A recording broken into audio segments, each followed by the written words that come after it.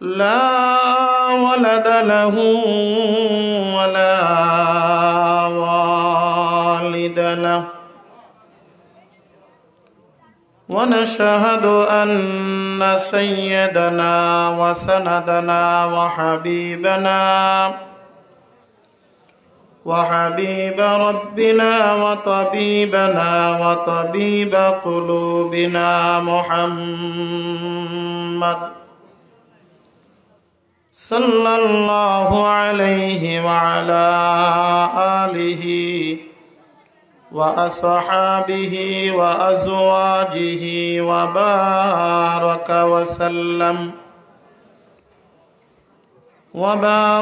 وسلم تسليما كثيرا كثيرا.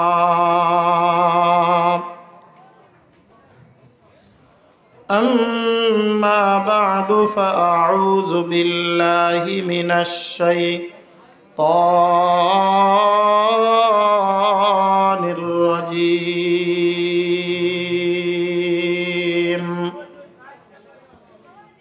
بسم الله الرحمن الرحيم.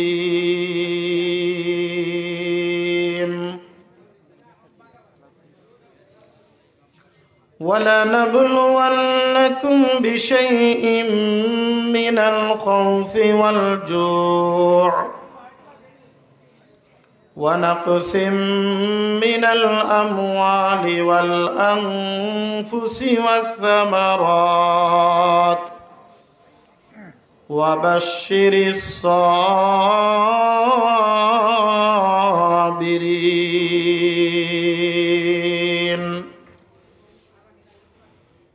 الذين إذا أصابتهم مصيبة قالوا إنا لله وإنا إليه راجعون.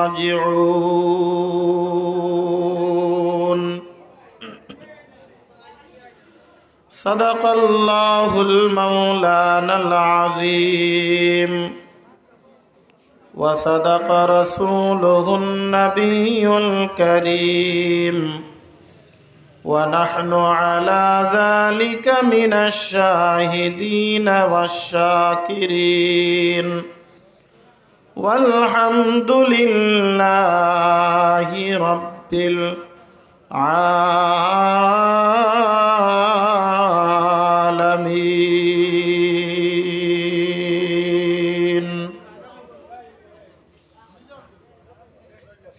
الحمد لمن قدر خيرا وخبالا،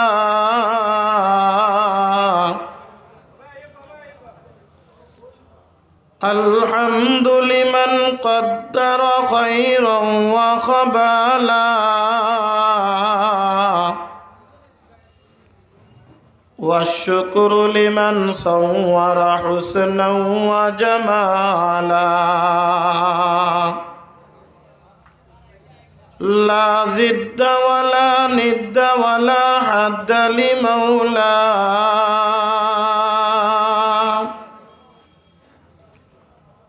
لا ضد ولا ند ولا حد لمولاه. الآن كما كان ولم يلق زوالا، ميدور مجبور أي سيد عالم، ميدور مجبور أي سيد عالم. दीदार दिखाते नहीं आवाज सुना दो, यहाँ हम सब मुसाफिर हैं,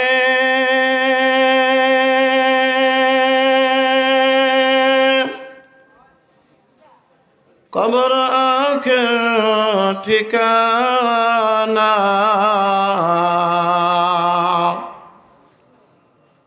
कोई आगे रवाना है, कोई पीछे रवाना। ला इलाहा इल्लल्लाह, ला इलाहा इल्लल्लाह, ला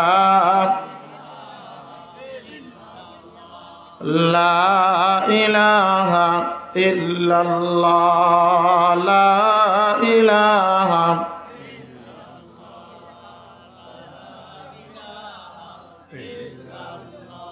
नहीं कोनो माबूद अल्लाह सड़ा, ला इलाहा इल्लल्लाह, ला इलाहा, ला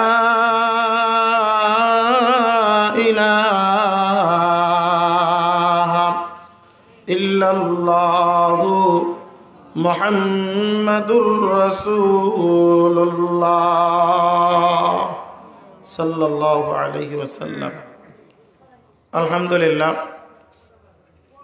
ঐতিহ্যবাহী মৌলভীবাজার জেলাধীন কুলাউড়া থানা আমতলা বাজার জামিয়া ইসলামিয়া মদিনাতুল উলুম নওমৌজা টাইটেল মাদ্রাসা কর্তৃক আয়োজিত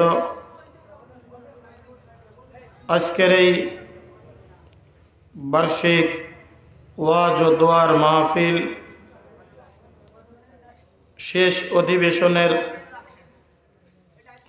অত্র অধিবেশনের সম্মানিত সভাপতি সাহেব, देगर हजरत मुअज़्ज़ज़ मोहतरम सर ताज वाजिबुल एहतराम उलमा इकराम, सामने उपस्थित दिनदार मुसलमान भाईरा, पर्दार अंतराले अवस्थानरता श्रवणरता आमार मा ओ बोनेरा, शुक्रिया ज्ञापन करी से महान मालिक रब्बुल आलमीनेर आलिशान दरबारे যে মহান মালিক রব্বুল আলামিন আমাদেরকে দুনিয়ার সমস্ত প্রকার কাজকর্ম থেকে বিরত রেখে আজকের এই মাহফিলের ময়দান তথা জান্নাতের বাগানে আসার বসার তৌফিক দান করেছেন, সে মহান মালিক রব্বুল আলামিনের আলিশান দরবারে আমরা সকলেই অন্তরের অন্তরস্থল থেকে শুকরিয়া জ্ঞাপন করি, বলি আলহামদুলিল্লাহ। সম্মানিত হাজিরিন, একে তো মজলিস ভাঙ্গা, দ্বিতীয়ত মন ভাঙ্গা। এরকম মজলিসে আলোচনা আসলে করাও যায় না, হয়ও না। তারপরেও কর্তৃপক্ষের যেরকম সিদ্ধান্ত এটাই মেনে নেওয়ার মধ্যে খায়ের ও বরকত আমি মনে করি। সম্মানিত হাজিরিন, আসলে কথা বাহির হচ্ছে না, কিভাবে কথা বলবো এটাই আমার বুঝে আসছে না। লোক অল্প হয়, কিন্তু এরকম পরিবেশ আমার জীবনে পেয়েছি কিনা সন্দেহ। তো যাই হোক, তারপরেও যদি আপনাদের ভিতরে দুই একজন যায় বসে আছেন, চাহাত থাকে, ইচ্ছা থাকে, আগ্রহ থাকে, তাহলে দু একটি কথা আলোচনা করে ইনশাআল্লাহ ইতি টানব। আর যদি চাহাত না থাকে তাহলে সাথে সাথে দোয়া করে দেবো ইনশাআল্লাহ। আপনাদের আজকের এই মজলিস দেখে আমাদের আকাবিরদের একটি ঘটনা মনে পড়ল।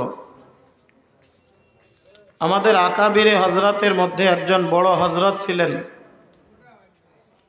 আল্লামা আনোয়ার শাহ কাশ্মীরি রহমাতুল্লাহি আলাই, যার জেহেনের ব্যাপারে, যার ব্রেনের ব্যাপারে পৃথিবীতে আল্লাহ পাক রব্বুল আলামিন এমন জেহেনওয়ালা দ্বিতীয় অন্য কাউকে পাঠিয়েছেন কিনা আমি কিতাবের ভিতরে তেমন খুঁজে পাই নাই। কিতাবের ভিতরে এসেছে উনি যদি কোনো কথা একটিবার বেখেয়ালে শুনতেন, খেয়াল করে না বেখেয়ালে, তাহলে কমপক্ষে 40 বছর পর্যন্ত মনে রাখতে পারতেন।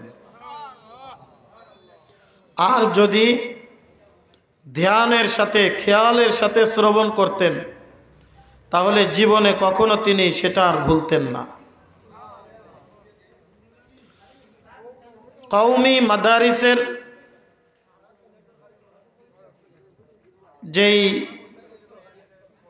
সিলেবাসগুলি পড়ানো হয়,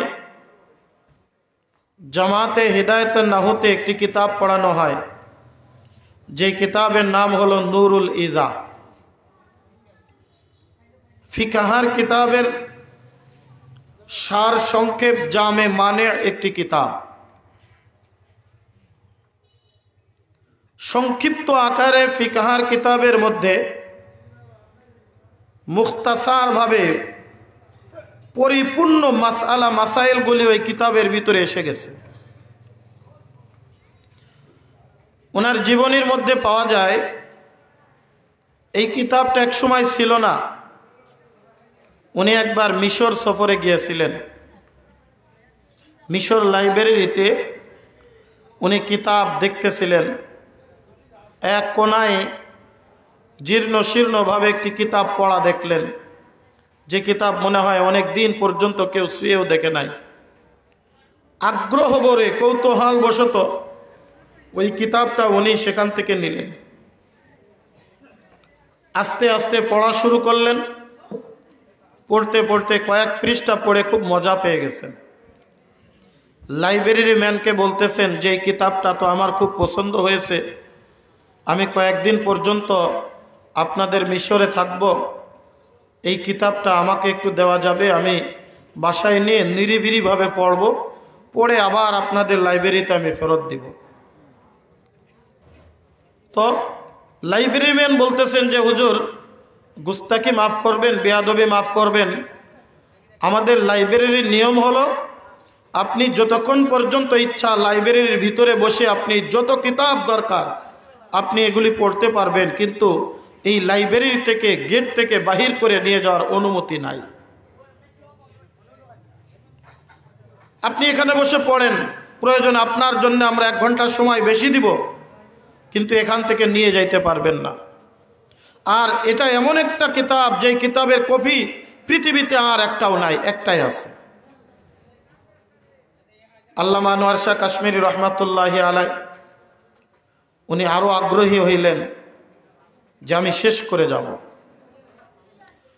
পরিপূর্ণভাবে হক আদায় করে পড়তে গেলে তো আসলে পড়া সম্ভব হবে না। অনেক বড় একটা কিতাব, উনি একটা নজর বুলিয়ে গেছেন, শুধু কিতাবটা রেখে গেছেন। বলে আর কোনো কপি নাই? আমি কোথায় কিনতে পাবো? বলে এর আর কপি নাই, একটাই ছিল, ওই জীর্ণ শীর্ণ অবস্থায় পড়ে আছে। আল্লামা আনোয়ার শাহ কাশ্মীরি রহমাতুল্লাহি আলাইহি কোন রকম ভাবে খেয়াল করে কিতাবটা পড়ে মিশরের তার কার্যক্রম শেষ করে তিনি আবার তার বাড়িতে চলে আসলেন ইন্ডিয়ায়। ওই যে কোন রকম একবার মাত্র নজর দিয়েছিলেন, নজর দিয়ে যে কিতাবটা মুতালা করেছিলেন, ওই কিতাবটা লেখার জন্য খাতা কলম নিয়ে বসে গেলেন। 1 পৃষ্ঠা 2 পৃষ্ঠা লিখতে লিখতে পুরা কিতাব লিপিবদ্ধ করে ফেললেন। ওই কিতাবের ভিতরে 2-1টা জায়গায় একটু ইবারতের ভিতরে তাতাবুকের ভিতরে একটু ভুল ছিল, ভুলগুলো সংশোধন করে তার একটা কপি মিশরের লাইব্রেরিতে পাঠিয়ে বলে, আমি সেই ব্যক্তি যেই ব্যক্তিকে তুমি কিতাব লাইব্রেরি থেকে বাহির করতে দাও নাই, আমি কিতাবটা লিপিবদ্ধ করে তোমাদেরকে পাঠালাম, যত কপি দরকার আমি তোমাদেরকে দিতে পারবো। এত বড় জেহেনওয়ালা, এত বড় ব্রেনওয়ালা আল্লাহ পাক রব্বুল আলামিন যে আনোয়ার শাহ কাশ্মীরি রহমাতুল্লাহি আলাইহিকে আল্লাহ পাক রব্বুল আলামিন পৃথিবীর জমিনের ভিতরে প্রেরণ করেছিলেন, যাকে বলা হতো ইলমের জাহাজ, বাজারের ভিতর থেকে যখন তিনি হেঁটে যেতেন কান এরকম আঙ্গুল দিয়া বন্ধ করে তারপরে হাঁটতেন, নতুবা তার ব্রেনের ভিতরে শুধু বাজারের কিলবিল কিলবিল আওয়াজটা ফিট হয়ে যেত।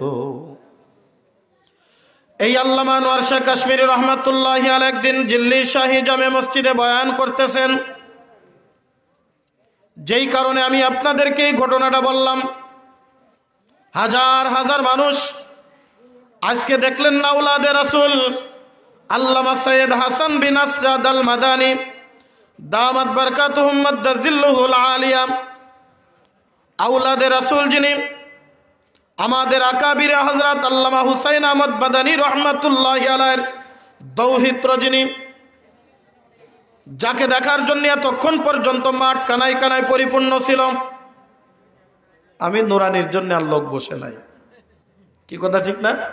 আমি নুরানির জন্য আর লোক বসে নাই, কারণ আকাবিরে হযরতদের নকশে কদম তাদের দেখার জন্য মানুষ ছুটে চলে আসে। আমাদের বাংলাদেশের মানুষের ভিতরে এখনো আছে। আমার সময় যদিও লোক নাই, তারপরে আলহামদুলিল্লাহ, কি বলেন কথা ঠিক কিনা? আল্লামা আনোয়ার শাহ কাশ্মীরি রহমাতুল্লাহ আলাইহি দিল্লির শাহী জামে মসজিদে তিনি বয়ান করবেন। হাজার হাজার লোক শাহী জামে মসজিদে একত্রিত হয়ে গেছে। ভরপুর মজলিসের মধ্যে 1 থেকে 1.5 ঘন্টা পর্যন্ত আলোচনা করেছেন। আলোচনা শেষ করে মুনাজাত দিয়েছেন, দীর্ঘ লম্বা চওড়া একটা মুনাজাত। মুনাজাত শেষ করে চোখের পানি নিয়ে লোকজন মসজিদ থেকে বাইর হইতেছে। আল্লামা আনোয়ার শাহ কাশ্মীরি রহমাতুল্লাহ আলাইহি তিনিও বাইর হইতেছেন।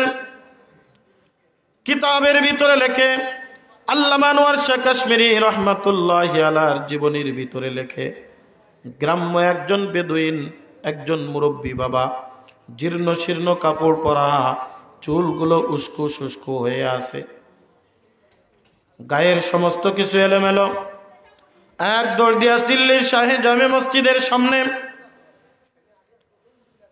আমরা আল্লামা আনোয়ার শাহ কাশ্মীরি রহমাতুল্লাহকে দেখি নাই, আমরা ওনার সন্তান আমজাদ শাহ কাশ্মীরি রহমাতুল্লাহি আলাইহিকে দেখেছি। যশোর মনিরামপুর মাদ্রাসার মাসনা মাদ্রাসা একবার তিনি এসেছিলেন। কিতাবের ভিতরে রেখে আল্লামা আনোয়ার শাহ কাশ্মীরি রহমাতুল্লাহি আলাইহি বড় লম্বা চওড়া, বড় ফিটেজ দেহওয়ালা কোনো মানুষ ছিলেন না। একেবারে বাইটিয়ে মতো একজন ব্যক্তি ছিলেন। গায়ের ভিতরে তেমন কোনো গোশত ছিল না, গায়ের ভিতরে তেমন কোনো শরীরে হাড্ডি ছাড়া কিছুই ছিল না।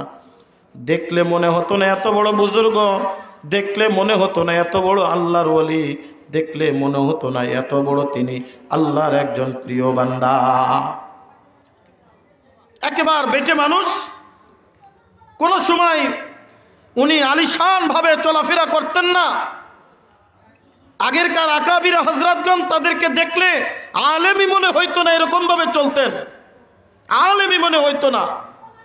আমাদের বর্তমান উলামা ইকরামদেরকে মান শান শওকাত অনেক, কিন্তু আগেরকার আকাবির হযরতগণের শান মান এত ছিল না, কিন্তু ভিতরে আল্লাহ তাআলা ইলমের মহা দৌলত নূর দান করেছিলেন। বলেন আল্লাহু আকবার। এখন জামার কত প্রকার সাইজ, কত ডিজাইন, কত ভাব, কত সাজ। এমনও আলেম, এমনও বক্তা আছে স্টেজে ওঠার আগে মেকআপ করেও পর্যন্ত ওঠে। কি বলেন, আছে না নাই? এমন অনেক বক্তা কিন্তু বাংলাদেশেও আছে। আল্লামা আনোয়ার শাহ কাশ্মীরি রহমাতুল্লাহি আলাইহি জীর্ণ শীর্ণ কাপড় পরিধান করা, লুঙ্গি পরিধান করে থাকতেন। ফাড়া একটা জামা গায়ে দিতেন, কোন রকম একটা টুপি মাথায় দিতেন। ওই গ্রাম্য বেদুইন ব্যক্তি মুরব্বী লোকটা জিজ্ঞাসা করবে না করবে, আল্লামা আনোয়ার শাহ কাশ্মীরিকে পেয়ে গেছে। ডাক দে বলে, ভাইজান বয়ান হো গিয়া? বলে হ্যাঁ বয়ান তো হো গিয়া। বয়ান হয়ে গেছে? বলে হ্যাঁ বয়ান তো হয়ে গেছে। জিজ্ঞাসা করছে কাকে? কথা বলেন, জিজ্ঞাসা করছে কাকে? আনোয়ার শাহ কাশ্মীরিকে। ওই বৃদ্ধ ব্যক্তিটা নিজের কপাল এরকম হাত দিয়ে থাপড়ায় আর ডাকতে বলে, মাই তো বরবাদ হো গিয়া, मैं तो हलाक हो गया, मैं तो बर्बाद हो गया, আমি তো শেষ হয়ে গেলাম, আমি তো বরবাদ হয়ে গেছি, আমি তো ধ্বংস হয়ে গেছি। আমার মতো কপাল পোড়ায় পৃথিবীর জমিনে আর কেউ নাই, আমার মতো কপাল পোড়ায় পৃথিবীর জমিনে কেউ নাই। উনার এরকম আফসোস করা দেখে আল্লামা আনোয়ার শাহ কাশ্মীরি রহমাতুল্লাহ আলাইহি জিজ্ঞাসা করছেন, কি ব্যাপার, আপনি এরকম কেন করেন? বলে, আমার বাড়ি গ্রামের ভিতরে অনেক দূর। আমি শুনেছি আনোয়ার শাহ কাশ্মীরি বড় একজন বুজুর্গ, আল্লাহর ওলি একজন ব্যক্তি। আমি কোনোদিন তাকে দেখি নাই, তার বয়ান কোনোদিন শুনি নাই। তবে আমার বাড়ি অনেক গ্রামের ভিতরে হওয়ার কারণে আসার জন্য কোনো যানবাহন ছিল না, হেঁটে হেঁটে অনেক দূর থেকে আমাকে আসা লাগছে, যার কারণে আমি সময় মতো পৌঁছাইতে পারি নাই। এত বড় একজন বুজুর্গের বয়ান আমি মিস করলাম, এত বড় একজন বড় বুজুর্গের আলোচনা আমি মিস করে ফেললাম। আমার মতো কপাল পোড়া পৃথিবীর জমিনে আর কেউ নাই, আমার মতো কপাল পোড়াই দুনিয়ার জমিনে আর কেউ নাই। এই বলতেছে আর নিজের কপাল নিজের হাত দিয়া তাপড়াইতেছে। আল্লামা আনোয়ার শাহ কাশ্মীরি বলে, তুমি কি আনোয়ার শাহকে চিনো? বলে, না, কোনোদিন দেখি নাই, তবে শুনেছি তিনি একজন বড় বুজুর্গ মানুষ, তবে শুনেছি তিনি বড় একজন আল্লাহর ওলি মানুষ, তবে শুনেছি তিনি একজন আল্লাহর প্রিয়ভাজন মানুষ, তবে শুনেছি তিনি একজন আল্লাহর বড় কাছের মানুষ। আল্লাহর ওলিদের দিকে তাকাইলেও আল্লাহ পাক রব্বুল আলামিন সগীরা গুনাহগুলো মাফ করে দেন। বলেন সুবহানাল্লাহ। আল্লাহর ওলিদের দিকে নজর দিবেন, আল্লাহ তাআলা নজর দেওয়ার সাথে সাথেই ওই বান্দার জীবনের সগীরা গুনাহগুলো মাফ হয়ে যাবে। এই কারণে আল্লাহর নবী রাখতে বলেন, আমার উম্মতিরা শুনো, যেই মজলিসের মধ্যে দ্বীনি আলোচনা হয়, যেই মজলিসের মধ্যে আল্লাহর ওলিদের কথা হয়, যেই মজলিসের মধ্যে কোরআনের কথা হয়, যেই মজলিসের মধ্যে দ্বীনের আলোচনা হয়, ওই মজলিসে গেলে আল্লাহ সগীরা গুনাহ মাফ করে।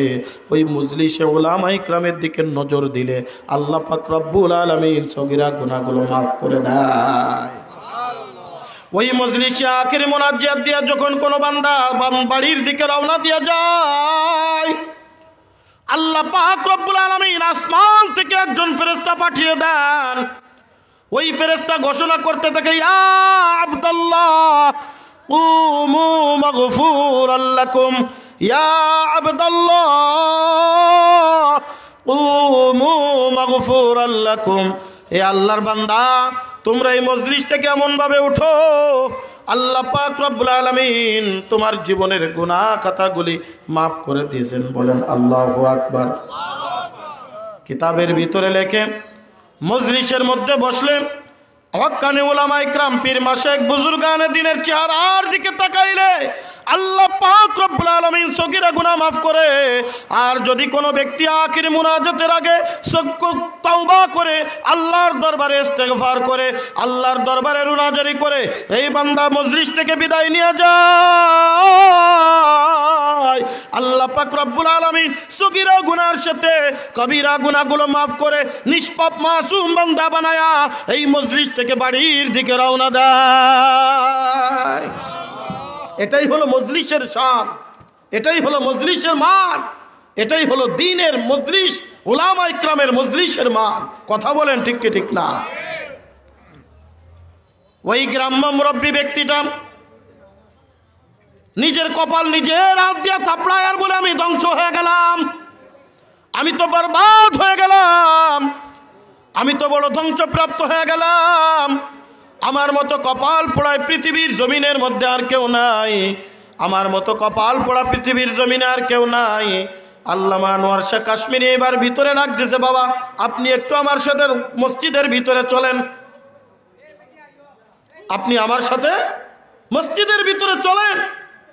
মসজিদের ভিতরে এক কিনারায় বসছে খাদেম খুদ্দাম যারা ছিল, বলে তোমরা একটু বসো, তোমরা একটু এখানে অপেক্ষা করো, আমি এই মুরব্বীর সাথে আমার একটু কথা আছে। মসজিদের ভিতরে গেলেন, যে পরিচয় দিচ্ছেন, তুমি তো আনোয়ার শাহ কাশ্মীরিকে দেখো নাই, আসলে আনোয়ার শাহ কাশ্মীরি একজন পৃথিবীর মধ্যে সব থেকে গুনাহগার, নাখানদান, একবার নাচিস, আল্লাহর নালায়েক বান্দা। জোরে কোন আল্লাহু আকবার। আল্লাহর ওলিরা কি কোনোদিন বলে যে আমি আল্লাহর ওলি? হ্যাঁ, যে এমন লোকের কাছে যাবেন যারা নিজেকে সব থেকে পাপী মনে করে। আহা, আল্লাহর ওলিদের কি ছিলেন, কথায় কথা চলে আসলো। হযরতে সিদ্দিক আকবর আবু বকর সিদ্দিক রাদিয়াল্লাহু তাআলা আনহু, যাকে দুনিয়ার মধ্যে আল্লাহ রাসূল জান্নাতের সার্টিফিকেট দিয়েছেন, আশারে মুবাশশারার একজন সবথেকে প্রথম ব্যক্তি হযরতে সিদ্দিক আকবর আবু বকর রাদিয়াল্লাহু তাআলা আনহু। উনি মাঝে মধ্যে জঙ্গলের ভিতরে চলে যাইতেন। জঙ্গলের হরিণ, বাঘ, জঙ্গলের পশু পাখি দেখা আফসোস করতেন আর ডাকতে বলতেন, এ আবু বকর, তুই দুনিয়ার জমিনে মানুষ হয়ে জন্ম না নিয়া তুই যদি এই জঙ্গলার হরিণ হয়ে জন্ম নিতি, তুই যদি মানুষ হয়ে জন্ম না নিয়া এই জঙ্গলার চতুষ্পদ জন্তু হয়ে জন্ম নিতি, এই দুনিয়ার থেকে বিদায় নিয়ে যাইতি, ওই কবরে তোর কোনো সওয়াল জবাব ছিল না, ওই কবরের মধ্যে তোর কোনো হিসাব নিকাশ ছিল না, ওই কিয়ামতের ময়দানে আল্লাহ তোরে জান্নাত জাহান্নামের প্রশ্ন করতো না, ওই কবরের মধ্যে তোর কোনো আযাব ছিল না। নিজের আফসোস করতেন আর বলতেন, হায় হায়, আমি যদি মানুষ না হয়ে আমি যদি জঙ্গলার পশু হইতাম। আল্লাহ রাসূলের জলিল কদর সাহাবী, হেকায়েতে সাহাবা পড়বেন, ঈমান বৃদ্ধি পাবে, ঈমান বৃদ্ধি পাবে। হযরতে হামজালা রাদিয়াল্লাহু তাআলা একদিন ঘর থেকে বাইর হয়, নিজের কপাল নিজের আঙ্গুল হাত দিয়ে এরকম তাপড়ায় আর ডাক দিয়ে বলে, হামজালা মুনাফিক, হামজালা মুনাফিক, হামজালা মুনাফিক, হামজালা মুনাফিক। প্রতিমধ্যে হযরত ওমরের সাথে দেখা। হযরত ওমর বলে, ভাই হামজালা, কি হয়েছে তোমার? বলে, আমি যখন আল্লাহ রাসূলের দরবারে বসি আমার মনে হয় দুনিয়া কিচ্ছুই না, দুনিয়া কিচ্ছুই না, এই দুনিয়ার নাজ নিয়ামত থেকে নিজেরা দূরে রাখতে চাই। আবার যখন আল্লাহ রাসূলের দরবার থেকে বাসায় আসি আমি তখন বাসার কাজকর্মের ভিতরে মগ্ন হয়ে যাই, আমি তখন দুনিয়ার কাজকর্মের ভিতরে মগ্ন হয়ে যাই।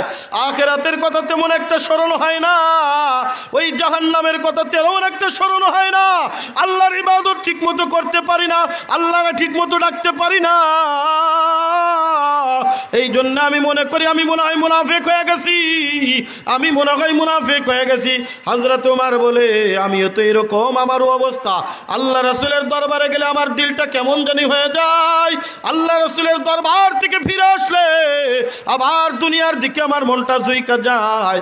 আবার হযরত আবু বকরের সাথে দেখা। হযরত আবু বকর বলে, আমারও তো একই অবস্থা। তিনজনে দৌড়ায় আর বলে, আমি তো মুনাফিক, আমি তো মুনাফিক। আল্লাহ রাসূলের দরবারে হাজির। আল্লাহ রাসূল ডাক দেন, এ হামজালা, এ উমর, এ আবু বকর, তোমাদের কি হলো, তোমাদের কি হলো? নিজেদের যখন হালত বয়ান করছেন আল্লাহ রাসূল মুস্কি মুস্কি হাসে, ডাক দেন, আবু বকর শুনো, উমর শুনো, ও হামজালা শুনো, এটাও একটা ঈমানি হালাত। তোমাদের যদি 24টা ঘন্টা আমি নবীর রওজা, আমি নবীর অবস্থান যদি হইতো, আমি নবীর দরবারের মতো হইতো, ফেরেশতারা তোমাদের সাথে সালাম করত, মুসাফা করত। জোরে কন্যা সুবহানাল্লাহ। আমার আল্লাহ তাআলা পছন্দ করে দুনিয়ার মানুষ। শোন শোন, এ বান্দা, তুই তো গুনাহ করবি, গুনাহ করে আমার দরবারে ডাকবি, আল্লাহ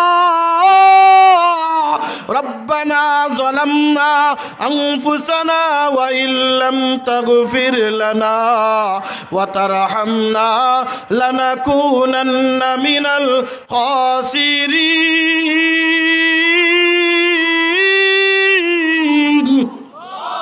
আর একটু জোরে বলেন আল্লাহু আকবার। আল্লাহর দরবারে ডাক দিয়ে বলবা, আল্লাহ, আমি তো গুনাহ করে ফেলেছি, আমার গুনাহ খাতা তুমি মাফ করে দাও। আল্লাহ তাআলা ডাক দিয়ে বলেন, ফেরেশতাদের ভিতরে গুনাহর কোনো মানসাই নাই, তাদের তবিয়াতটাই গুনাহর দিকে না, তাদের ফিতরাত গুনাহ থেকে মুক্ত। যেই ফেরেশতাকে যেভাবে বানানো হয়েছে কিয়ামত পর্যন্ত ওইভাবেই ওই ফেরেশতা থাকবে। এ বান্দা, তোমাদেরকে আমি কেন পছন্দ করি জানো? তোমরা গুনাহ করো, আর আমি আল্লাহরে ডাক দাও, আল্লাহ আমি তো গুনাহ করেছি, আমি অন্যায় করেছি। ওই যে আমার কুদরতি পে সেজদায় পড়ে ডাকতে বলো সুবহান রাব্বিয়াল আলা। ওই যে রুকুতে যে ডাকতে বলো সুবহান রাব্বিয়াল আযীম। আমার বড়ত্ব বয়ান করো, আমার প্রশংসা করো, আমার কথা তুমি বর্ণনা করো, আমার তাসবিহ আদায় করো, আমার সুবহান বলে ডাক দাও। আমি আল্লাহর কুদরতে দিলটা খুশি হয়ে যায়। ফেরেশতাদের থেকেও আমি আল্লাহ পাক রব্বুল আলামিন তোমারে অতি মহব্বত করি আর ভালোবাসি। জোরে জোরে কোন সুবহানাল্লাহ। বুজুর্গি কি नहीं हमको जरूरत, गुलाम अपना बना ले ऐ खुदाया, गुलाम अपना बना ले ऐ खुदाया।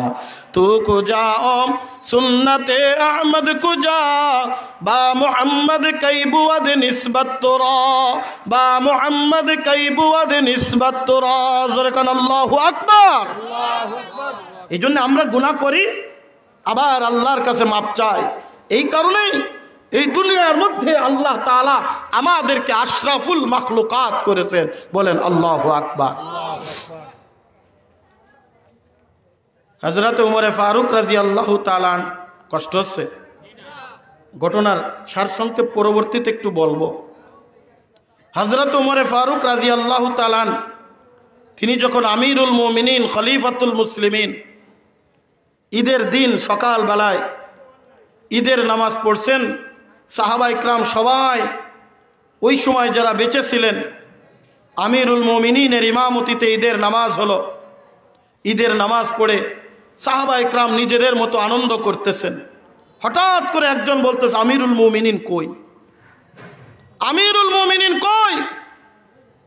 সব জায়গায় খুঁজছে, কোথাও পায় নাই। পরিশেষে বাড়ির দিকে রওনা দিয়ে গেছে, দেখি বাড়িতে আছে কিনা। আমিরুল মুমিনিন দেখি বাড়িতে আছে কিনা। বাড়ির ভিতরে দরজায় কারাঘাত করছে। আসসালামু আলাইকুম ইয়া আমিরুল মুমিনিন, হালফি বাইতিক।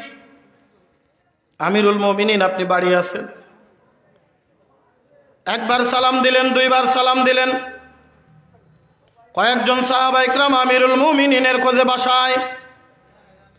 ভিতর থেকে হযরত আব্দুল্লাহ ইবনে ওমর রাদিয়াল্লাহু তাআলা বলে, কে আপনারা? বলে আমরা হলাম আপনার বাবার বন্ধু, আমি অমুক, আমি অমুক, আমি অমুক। আব্দুল্লাহ ইবনে ওমর রাদিয়াল্লাহু তাআলা ঘরের থেকে বাইর হয়ে বলে, কি ব্যাপার আজকে আপনারা আমাদের বাসায়? ব্যাপার কি একটু বলবেন?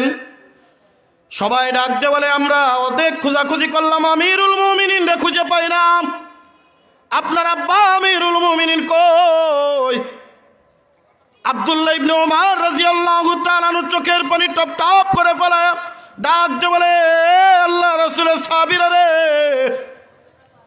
আমিরুল মুমিনিন খলিফাতুল মুসলিমিন আব্বাজান হযরত ওমর ফারুক রাদিয়াল্লাহু তাআলা ঈদের নামাজ পড়ায়া এক দৌড় দিয়া ঘরের ভিতরে চলে আসছে। ঘরের দরজা বন্ধ করে সেজদা অবনত ওই যে চোখের পানি ফেলায়া আল্লাহর দরবারে কান্দে আর রুনাজারি করে। ওই যে চোখের পানি ফেলায়া গুনগুন করে কান্দে। কতবার ঘরের দরজায় কারাঘাত করেছি, কই একবারও তো আমাদের ডাকের সাড়া দিল না, একবারও তো তিনি আমাদের দিকে ফিরে চান না। সাহাবা ইকরাম বলে, কই আমার কাজ আমাদেরকে একটু দেখায় দাও কোন ঘরের ভিতরে। ঘরের বাইরের থেকে দরজায় কারাঘাত করলো, কই আমিরুল মুমিনিন, আমি অমুক, আমি অমুক, আমি অমুক। হযরত আমিরুল মুমিনিন ঘরের দরজা খুললেন।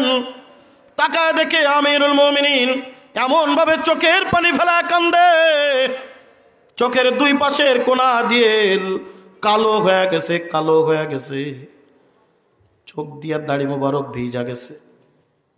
কানতে কানতে দাড়ি মোবারকের ভিতরে নিচের মাটি পর্যন্ত লেগে গেছে। সাহাবা ইকরাম ডাক দে বলে, আমিরুল মুমিনিন আপনার কিসের এত দুঃখ? আজকে তো ঈদের দিন, আজকে তো আনন্দের দিন, আপনি কান্দেন কেন? আপনাকে তো আল্লাহর নবী দুনিয়ার মধ্যে জান্নাতের সার্টিফিকেট দিয়া দিছে। এ কলিজার টুকরা যুবক মুরব্বী বাবাজিরা রে, কোন আমিরুল মুমিনিন, কোন ওমান? যে ওমারের ব্যাপারে আল্লাহর নবী সাল্লাল্লাহু আলাইহি ওয়াসাল্লাম বলেন, লাউ কানা বাদি নাবিয়ান লাকানা উমর। আল্লাহু আকবার কন্না, লাউ কানা বাদি নাবিয়ান লাকানা উমর। আমার পরে যদি কোনো নবী হইতো তার নাম ছিল উমর। নবীওয়ালা যত গুণ আল্লাহ পাক রব্বুল আলামিন হযরত উমরের মধ্যে দান করেছিলেন। আনা খাতামুন নাবিয়্যিন লা নাবিয়্যা বাদি, আমি শেষ নবী, আমার পরে আর কোন নবী আসবে না। এই কারণে উমর নবী হইতে পারে নাই। তবে উমরের অনেক ফয়সালা, যেই ফয়সালাটা আল্লাহ পাক রব্বুল আলামিন কোরআনুল কারীমের ভিতরে দিয়েছে, যেই ফয়সালাটা ছিল হযরত উমরের। আল্লাহু আকবার। ফয়সালা কি ছিল? কি হযরত উমরের? এক মুনাফিক দুনিয়ার থেকে বিদায় নিয়ে গেছে, আল্লাহর নবীর কাছে আসছে, ইয়া রাসূলুল্লাহ একটু জানাজা পড়ান। তার মনের আশা ছিল, সে মুনাফিক ওসিয়াত করে গিয়েছিল যে আমার জানাজা যেন নবী মুহাম্মদ দেয়, কারণ সে তো ভালো করে জানে আল্লাহর নবী যার জানাজা পড়াবে আল্লাহ তাআলা তাকে মাফ না করে পারবে না।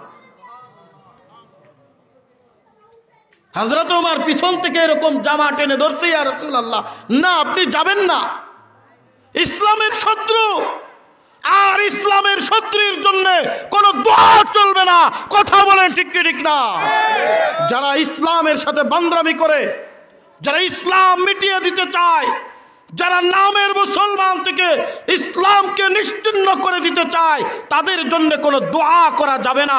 তাদের দোয়া করলে আল্লাহ কবুল করবে না। কথা বলেন ঠিক কি ঠিক না? লাউ তাস্তাগফিরুনা সাবউনা মাররাতান লা ইয়াগফিরুল্লাহু যুনুবা। আমার কথা না, বলেছেন কে? আরো জোরে বলেন। একবার না 70 বার। আমাকে বলে নাই, আমি নুরানিকে বলে নাই, এই মাদ্রাসার আর কান সাহেবরে বলে নাই, সরওয়ারে কায়নাত দো জাহানের বাদশা নবী মুহাম্মদুর রাসূলুল্লাহ সাল্লাল্লাহু আলাইহি ওয়াসাল্লামকে বলছে, হ্যাঁ নবী, আপনি যদি তার জন্য একবার না 70 বারও তার জন্য আপনি দোয়া করেন, তার গুনাহ আমি মাফ করব না। যারা ইসলাম নিশ্চিহ্ন করে দিতে চায় তাদের জন্য কিসের দোয়া? কথা বলেন ঠিক কি ঠিক না? এই বাংলাদেশের জমিনে 16টা বছর যারা জুলুম করেছে, অন্যায় করেছে, নিপীড়ন করেছে, নিরপরাধ উলামা ইকরামদেরকে জেলখানার ভিতরে আবদ্ধ করে ডান্ডা বেড়ি পরিয়ে যারা তাদেরকে হত্যা করতে চেয়েছে, তাদের জন্য কোনো দোয়া চলে না। কথা বলেন ঠিক কি ঠিক না? আমার এক মসজিদের ইমামতি গেছে দোয়া না করার কারণে। আমি আদাবার বাইতুল মামুর জামে মসজিদে 2015 সাল বাইতুল মামুর জামে মসজিদ, আদাবার কেন্দ্রীয় মসজিদ যেটা বলা হয়, এক কমিশনার আসছে, হুজুর দোয়া করেন। আমি স্পষ্ট দেখেছিলাম 2013 সালে ওই শাপলা চত্বরে নয়, তাকে আমি দেখেছিলাম শাহবাগের ওই কি বলে স্টেজে। আমি স্পষ্ট ঘোষণা করে দিয়েছিলাম, আমার জীবন থাকতে আমি তার জন্য দোয়া করব না, মারা যাক আমি তার জানাজা পড়ব না। আমাকে হুমকি দেওয়া হয়েছিল, বলল আপনাকে দেখে ছাড়বো। বলে আপনি কি দেখবেন? দেখবে তো আমার আল্লাহ। কথা বলেন ঠিক কি ঠিক না? আপনি কি দেখবেন? দেখবে আমার আল্লাহ। আমার আল্লাহ ছাড় দেয় কিন্তু ছেড়ে দেয় না। কথা বলেন ঠিক কি ঠিক না? 3 দিন পরে আমি ভালো মতো এশার নামাজ পড়ে মসজিদের আমার হুজরাখানার ভিতরে আমি বিশ্রাম করার জন্য গিয়েছি। 4 প্লাটুন পুলিশ মসজিদ ঘিরে ফেলছে। 4 প্লাটুন পুলিশ মসজিদ ঘিরে ফেলছে। মসজিদ ঘিরে একজন ডাকতেছে, হুজুর উঠেন। আমি বললাম কে আপনারা? বলে আপনার সাথে জরুরি একটু কথা ছিল। কারণ মসজিদের ইমাম, তাদের তো রাত্রে বিভিন্ন সময় বিভিন্ন মুসল্লিরা জরুরতে ডাকতে পারে। আমার গায়ে একটা গেঞ্জি মাত্র আর লুঙ্গি পরা। আমি যখনই দরজা খুলছি মনে হচ্ছে চোর ধরলো, ডাকাত ধরলো। খপ করে আমার লুঙ্গির এখানে টান দিয়ে ধরছে, ইউ আর আন্ডার অ্যারেস্ট। আমি বললাম আমার অপরাধ কি? বলে আপনার অপরাধ কি, থানায় চলেন তারপরে দেখা যাবে। দিনটা ছিল বৃহস্পতিবার দিবাগত রজনী, দিনটা ছিল বৃহস্পতিবার দিবাগত রজনী। সম্মানিত হাজিরিন, সুদুঃখে কলিজা ফেটে যায়। জেলখানার ইতিহাস যদি আপনাদের কাছে বলি, মনে করবেন অলিক গল্প শোনানো হচ্ছে। এমন নির্যাতন করা হয়েছে, এমন নিপীড়ন করা হয়েছে, এমন ভাবে টর্চারিং করা হয়েছে, সেভেন মার্ডার করে যারা অপরাধী তাদেরকেও মনে হয় এতটা টর্চারিং করা হয় নাই। নিরপরাধ উলামা ইকরামদেরকে যেভাবে টর্চারিং করা হয়েছে, কথা বলেন ঠিক কি ঠিক না? আপনারা দেখেছেন এখন বর্তমান যারা 16টা বছর পর্যন্ত এই জনগণের মাল আত্মসাৎ করে বিদেশের পাড়ি দিয়ে কোটি কোটি টাকা সুইস ব্যাংকে জমা করে রাখছে, তাদেরকে রাজার হালে কোর্টে উঠানো হয়। আমার বড় ভাই মাওলানা মামুনুল হক, আল্লামা জুনায়েদ আল হাবিব সহ হযরতে উলামা ইকরামদেরকে কিভাবে ডান্ডা বেড়ি পরিয়ে কিভাবে তাদেরকে কোর্টে উপস্থিত করা হয়েছে, আপনারা যারা মিডিয়া দেখেছেন, টিভিতে দেখেছেন, খবর দেখেছেন, অথবা সোশ্যাল মিডিয়া চালান, আপনাদের চোখের সামনে সেগুলা, কথা বলেন ঠিক কি ঠিক না? আমি বললাম আমার অপরাধ। বলে অপরাধ, আগে থানায় চলেন, ওসি সাহেব সালাম জানাইছে। আমি বললাম সালাম জানাইছে, এই সালাম জানানোটা কি 4 প্লাটুন পুলিশ দিয়া? এটা কোন ধরনের সালাম? পৃথিবীতে কত সালাম আছে, এই সালাম তো জীবনে কোনোদিন দেখি নাই। থানায় নিয়ে যাওয়া হলো। এই জালেমের গোষ্ঠী পরের দিন আমাকে জুমার নামাজ পড়তে দেয় নাই। ইমার্জেন্সি কোর্ট বসিয়ে শুক্রবারের দিন আমাকে চালান দেওয়া হয়েছে।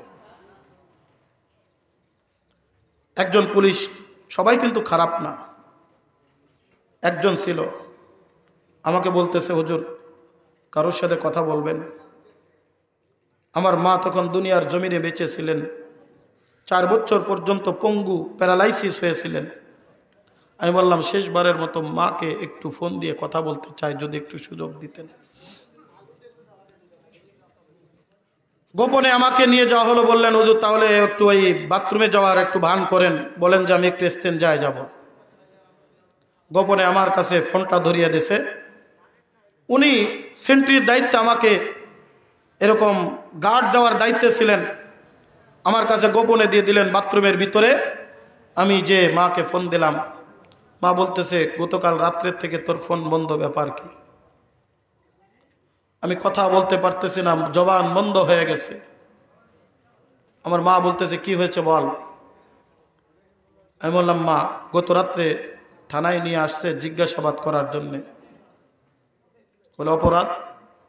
বলে অপরাধ কিছু না, অপরাধ একটাই, কোরআনের হক কথাগুলি বলা। অপরাধ একটাই, ইসলামের সঠিক বাণী প্রচার করা।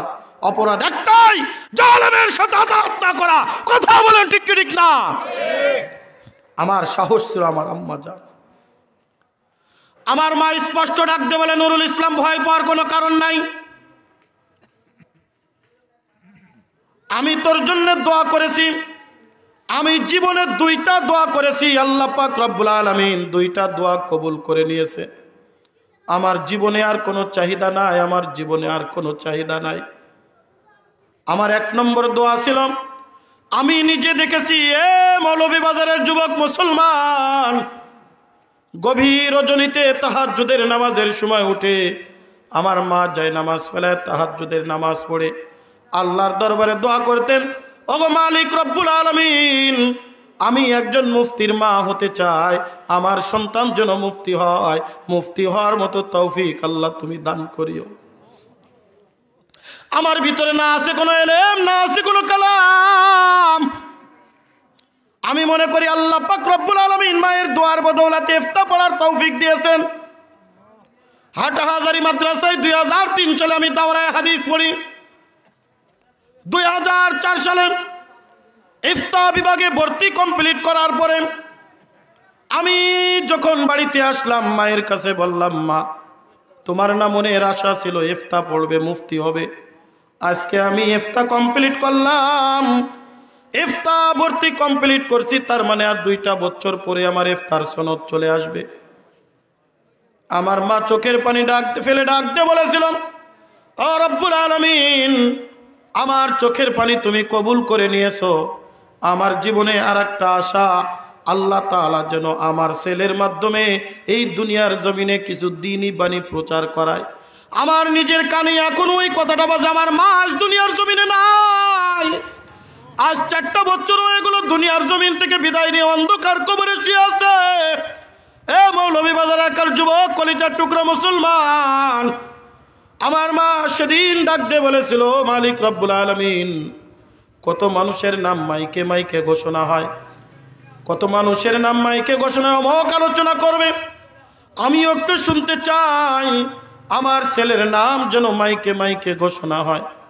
আমি মনে করি আমার মধ্যে কোনো যোগ্যতা নাই, শুধুমাত্র একমাত্র মায়ের দোয়ার বদৌলতে আল্লাহর রহমতে আজকে শুধু বাংলাদেশ নয়, ভারত দিয়া, মালয়েশিয়া দিয়া, বিভিন্ন রাষ্ট্রে আল্লাহ তাআলা আমাকে দিয়ে সফর করিয়েছে।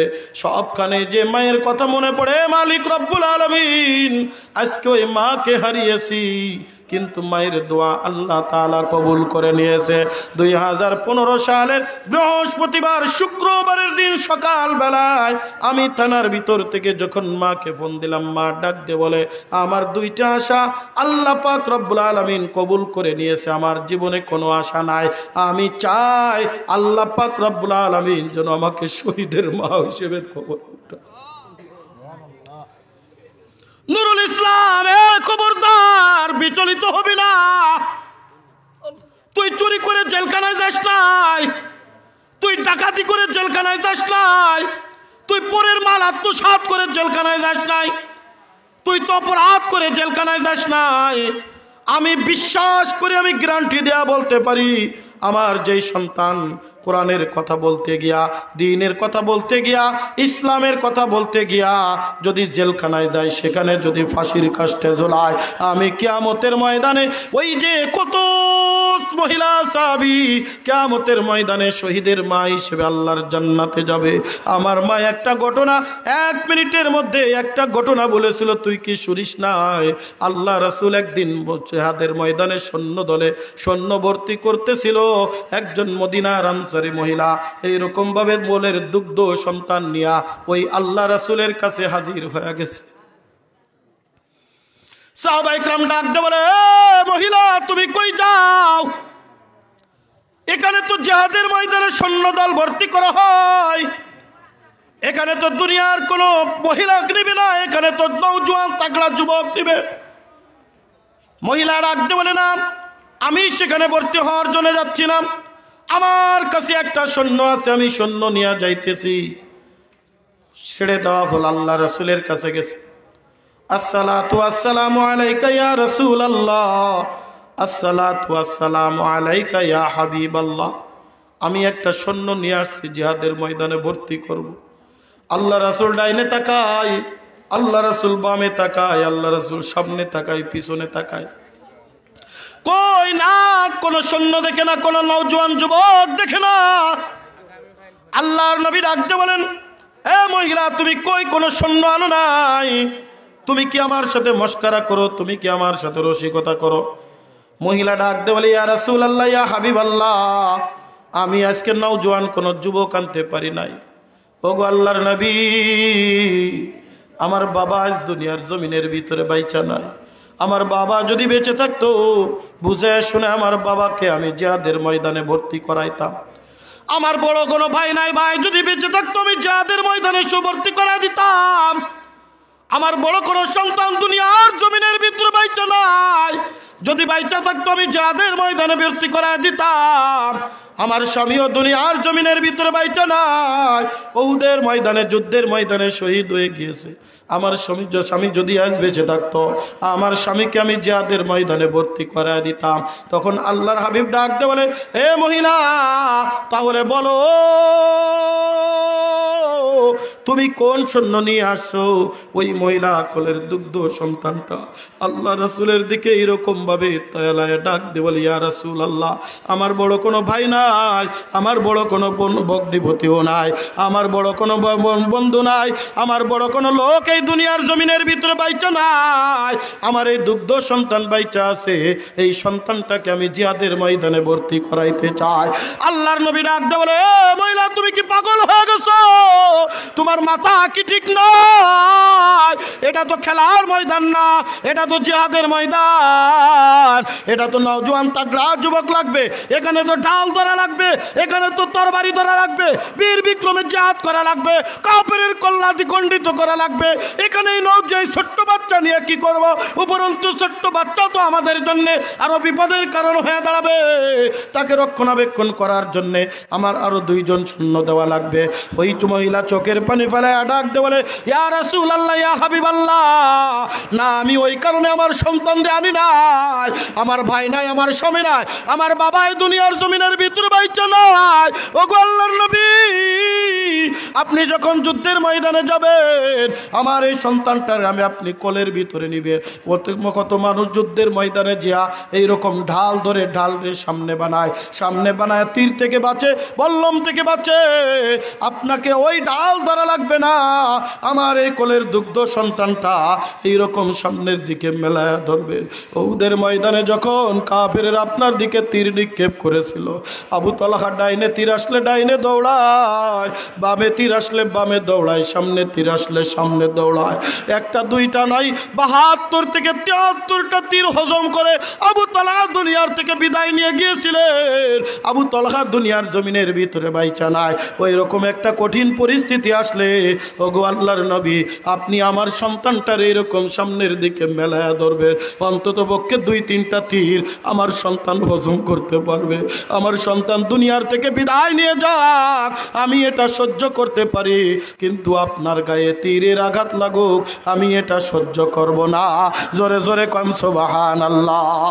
তু কো যাও সুন্নতে আহমদ কো যা, বা মুহাম্মদ কই বুয়াদ নিসবত তোরা, বা মুহাম্মদ কই বুয়াদ নিসবত তোরা, यार अगर यार नबाशद यार हरगिज यार नीस, गुल अगर खुशबू नदारद काबिले गुलजार नीस, गुल अगर खुशबू नदारद काबिले गुलजार नीस। जोरे कन अल्लाहु আকবার।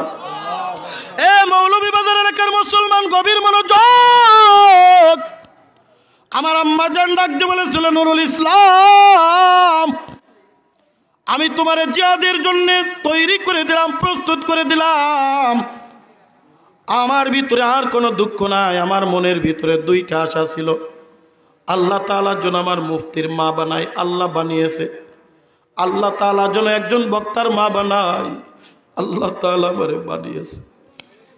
আল্লাহ তাআলা এইবার আমার মনের একটা আশা, আল্লাহ তাআলার জন্য আমার শহীদের মা বানাই। কলিজার টুকরা বন্ধুরে, আমার দিলটা বড় পাথর হয়ে গেল, হাতে দিয়া দিলাম, দরকার তাই করেন। বন্ধুরে আমার মনে রাখবেন, আমাকে নিয়ে আসছে মসজিদের ভিতর থেকে, আমার নামে 11টা মামলা ঢোকানো হয়েছিল। কয়টা? জোরে কন। 1 নম্বর মামলা হলো বোম বানানো। 1 নম্বর মামলা কি? বোম বানাইতে বানাইতে আমি ধরা খেয়েছি। কিছুক্ষণ পরে দেখি বোমের সরঞ্জাম কিছু তার তোর আবি যাবি নিয়ে এবার ডাকতে বলে, হুজুর দাঁড়ান। আমি বললাম কি করতে চাচ্ছেন? বলে আপনাকে একটু একটা ছবি তুলবেন, সাংবাদিক এসেছেন। পরের দিন আপনারা যারা পত্র পত্রিকা পড়েছেন দেখেছেন কিনা জানি না, পরের দিন দেখবেন একবার ইনকিলাব পত্রিকার হেডলাইনের ভিতরে আসছে, বোমা বানাইতে বানাইতে সরঞ্জাম সহ নুরুল ইসলাম নুরানি গ্রেফতার। এ কলিজার টুকরা যুবক, শুধু আমি একা নয়, জেলখানার ভিতরে যা দেখি, ওই কেরানীগঞ্জ যখন জেলখানার ভিতরে ঢাকা কেন্দ্রীয় কারাগারের ভিতরে আমারে চালান করা হলো। যায় দেখি আমি সেখানে একা নয়, আল্লাহ তাআলা সেখানে আমার অনেক বন্ধুদেরকেও পাঠিয়েছে। তার কিছুদিন পরে দেখি আল্লামা মামুনুল হক, পরে দেখি রফিকুল ইসলাম মাদানী, আলী হাসান ওসামা, জুনায়েদ আল হাবিব, খোরশেদ আলম কাসেমি, আল্লামা খালিদ সাইফুল্লাহ সহ অসংখ্য অগণিত উলামায়ে কেরাম একসাথে জামাতবদ্ধ হয়ে, কাতারবদ্ধ হয়ে নামাজ আদায় করতাম। জোরে কান আল্লাহু আকবার। এই জুলুম যারা করেছে, উলামায়ে কেরামের সাথে অত্যাচার নিপীড়ন যারা করেছে, আমি যেই কথা বলতে গিয়ে তো দূর পর্যন্ত এসেছিলাম, একজন কাফির মুনাফিকের জন্য যতই দোয়া করা হয়, আল্লাহ তার কোনো দোয়া কবুল হবে না। আল্লাহর গজব আসবেই আসবে। কথা বলেন ঠিক কি ঠিক না? আজ হাড়ে হাড়ে টের পাচ্ছে। কথা বলেন ঠিক কি ঠিক না? ওয়া মাকারু ওয়া মাকারাল্লাহ ওয়াল্লাহু খায়রুল মাকিরিন।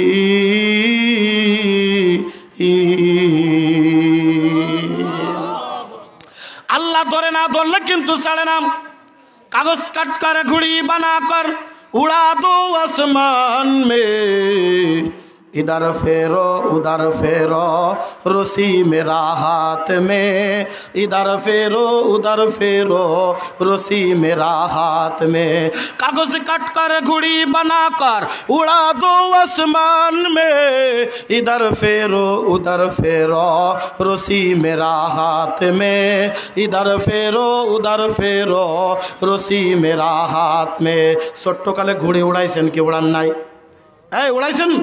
ছোট্টকালে দেখবেন ঘুড়ি উড়ায়, কাগজ কেটে ঘুড়ি বানায়। ঘুড়ির তবিল যেটা, ওই যে রশি যেটার ভিতরে গুছায় রাখা হয়, আমাদের যশোরে ভাষায় বলে তবিল। ওই যে রশির তবিল থেকে যখন আস্তে আস্তে আপনি রশি ছাড়তেছেন, ঘুড়িটা আসমানে উঠতেছে। অনেক দূর যাওয়ার পরে দেখবেন যখন বাতাস লেগে গেছে, বাতাস লেগে যাওয়ার পরে যখন বন্ধু দেখবেন বাতাস লাগার পরে একবার ঘুড়ি এইবার একদিকে এরকম উড়ে আর একদিকে এরকম যায়, আর মনে মনে কেমন জানি বলে আমি এত উপরে উঠে গেছি, আমারে আর তুমি ছুঁইতে পারবা না। ওই ঘুড়ির মালিক ডাক দে বলে, এ ঘুড়ি রে, তুই যতই উপরে থাকিস না কেন, এই ঘুড়ির রশির গোড়া কিন্তু আমার কাছে। সন্ধ্যা যখন হয়ে যাবে, আমি যখন রশি আস্তে আস্তে গুছানো শুরু কইরা দিব, আস্তে আস্তে আস্তে আস্তে গুছাইতে গুছাইতে আমার হাতের উপরে তোরে আইনা নামাবো। জোরে কোন কথা ঠিক কি ঠিক না? আমার আল্লাহ রাখতে বলে, দুনিয়ার মানুষ চল চল, তোরা যতই বাড়বাস না কেন, আমি আল্লাহ ছাড় দিই কিন্তু ছেড়ে দেই না। একটা সময় আছে যখন শের পুড়ে যাবে, তখন কিন্তু আমি আল্লাহ এমন ভাবে ধরব, পালানোর কোনো পথ খুঁজে পাবা না। সারা জীবন বলেছো পালাবো না পালাবো না, আজকে তোমাদেরকে হেরিকেন দলায় খুঁজে পাওয়া যায় না। আর যে সমস্ত উলামায়ে কেরামদেরকে জনগণ থেকে দূরে রাখার চেষ্টা করেছিল, জনগণ থেকে নিশ্চিহ্ন করার চেষ্টা করেছিল, ওই সমস্ত উলামায়ে কেরাম আজকে বাংলার জমিনে লক্ষ লক্ষ মানুষের সামনে কোরআনের দাওয়াত পৌঁছে দিয়ে যায়। এই কোরআনের বাণী নিবাইনের ক্ষমতা দুনিয়ার কোনো মানুষের নাই। বলেন তো কোরআনের বাণী পৌঁছান কে? এই কোরআন কার পক্ষ থেকে? এই কোরআন নাজিল করেছেন কে? হেফাজত করবেন কে? এই দেখবেন না 16টা বছর পর্যন্ত ক্ষমতার মস্তক পাইয়া মনে করছিল আমাদের ধরার মতো কেউ নাই। আমরা তো ওই দিন আল্লাহর দরবারে নোরাদারি করেছিলাম, ওই 5 মে শাপলা চত্বরের ময়দানে, যখন আমাদের সামনে শত শত লাশ আসতেছিল। আমি আল্লামা জুনায়েদ বাবনগরী রহমাতুল্লাহি আলাইহি একেবারে দুইজন এক পাশে দাঁড়ানো ছিলাম। আল্লামা জুনায়েদ বাবনগরী চোখের পানি ফেলায় ডাক দিয়ে বলতেছিল, আল্লাহ তোর কাছে আমি বিচার দিলাম, আল্লাহ তোর কাছে আমি বিচার দিলাম। আমার কানে এখনো কথাগুলো বাজে। আল্লামা জুনায়েদ বাবনগরীর একেবারে পাশাপাশি এইরকম আল্লামা জুনায়েদ বাবনগরী, এরকম আমি, এ কলিজার টুকরা বন্ধু, যখন একটা লাশ আসতেছে, লাশ আসার সাথে সাথে জুনায়েদ বাবনের চোখের পানি ফেলায় ডাকতে বলে, আল্লাহ তোর কাছে বিচার দিলাম। আল্লাহ ধরে না ধরলে কিন্তু চলে না। এই কোরআনের বাণী নিভায় দেওয়ার ক্ষমতা নাই নাই, উলামায়ে কেরামদেরকে মিটায় দেওয়ার ক্ষমতা নাই, ক্ষমতা নাই। আমার আল্লাহ পাক রব্বুল আলামিন ডাক দিয়ে বলেন, ইউরিদুনা লিইউতফিউ নূরাল্লাহি বিআফওয়াহিহিম ওয়াল্লাহু মুতিম্মু নূরিহি ওয়ালাউ কারিহাল কাফিরুন।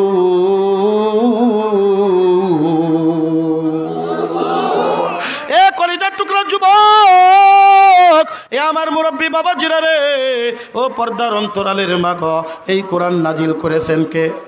এই হেফাজত করার জিম্মাদারি কার? আমার আল্লাহ ডাক দিয়ে বলেন, ইন্না নাহনু নাযালনা যিকরা ওয়া ইন্না লাহু লাহাফিজুন। এই কোরআন হেফাজতে পাঠিয়েছি আমি, হেফাজতের জিম্মাদার আমি আল্লাহ। যারাই কোরআনের উপরে হাত দিবে, যারাই কোরআনের আলেমদের উপরে হাত দিবে, যারাই উলামা ইকরামদেরকে বেইজ্জতি করার চেষ্টা করবে, বলে আল্লাহ তাআলা বলেন আমি ছাড় দিই কিন্তু ছেড়ে দেই না। আমি আল্লাহ যখন ধরব, পালানোর মতো পথ খুঁজে পাইবা না। ওই যে দরবেশ সাহেব, তুমি দাড়ি চাচিয়া যতই তুমি পালানোর চেষ্টা করো, আল্লাহ তাআলা বেইজ্জতি করে ছাড়বে। কথা কোন ঠিক কি ঠিক না? আর দেখেন আল্লামা মামুনুল হক নিরপরাধ এমন একজন আল্লাহর ওয়ালি কুতুব, এমন একজন বুজুর্গ আলেমকে নিজের স্ত্রীর ধর্ষণ মামলায় তাকে জেলখানার ভিতরে আবদ্ধ করে রেখেছিল, মানুষের কাছে কালারিং করার চেষ্টা করেছিল। আল্লাহ পাক রব্বুল আলামিন লেটেস্ট খবর জানেননি? লেটেস্ট খবর ওই যে কি বলে জয়পুরে, কি বলে শেখ পরিবারের জয় সাহেবের বউ আর আজকে নাই। কথা কয় না? জয় পরিবারের নাই। এতদিন পর্যন্ত কেউ মুখ খোলে নাই, এখন খুলছে, আরো 3 বছর আগে গেছে গা। আল্লামা মামুনুল হক সাহেবের স্ত্রী নিয়ে তুমি বান্দরামি করছো, কত কটু কথা বলেছো। আল্লাহ ডাক দিয়ে কয়, আমি যখন ধরবো পালানোর পথ খুঁজে পাবি না। ছোট্ট একটা ল্যাংড়া মশা দিয়ে আমি নমরুদরে শায়েস্তা করছি। ইতিহাস খোঁজ, ইতিহাস খোঁজ। হাঁটু পর্যন্ত পানির ভিতরে চুবায়া চুবায়া আমি নমরুদ ফিরাউনরে শেষ করছি রে। জমিনের ভিতরে গায়রা দিয়া আমি এরকম ভাবে কারুনরে শেষ করে দিয়েছি। তোরা তো কারুনের মতো সম্পদশালী না, তোরা তো ফিরাউনের মতো ক্ষমতাশালী না, তোরা তো নমরুদের মতো ক্ষমতাশালী না। তোদেরকে কি করার জন্যে বড় বড় লোক দরকার নাই।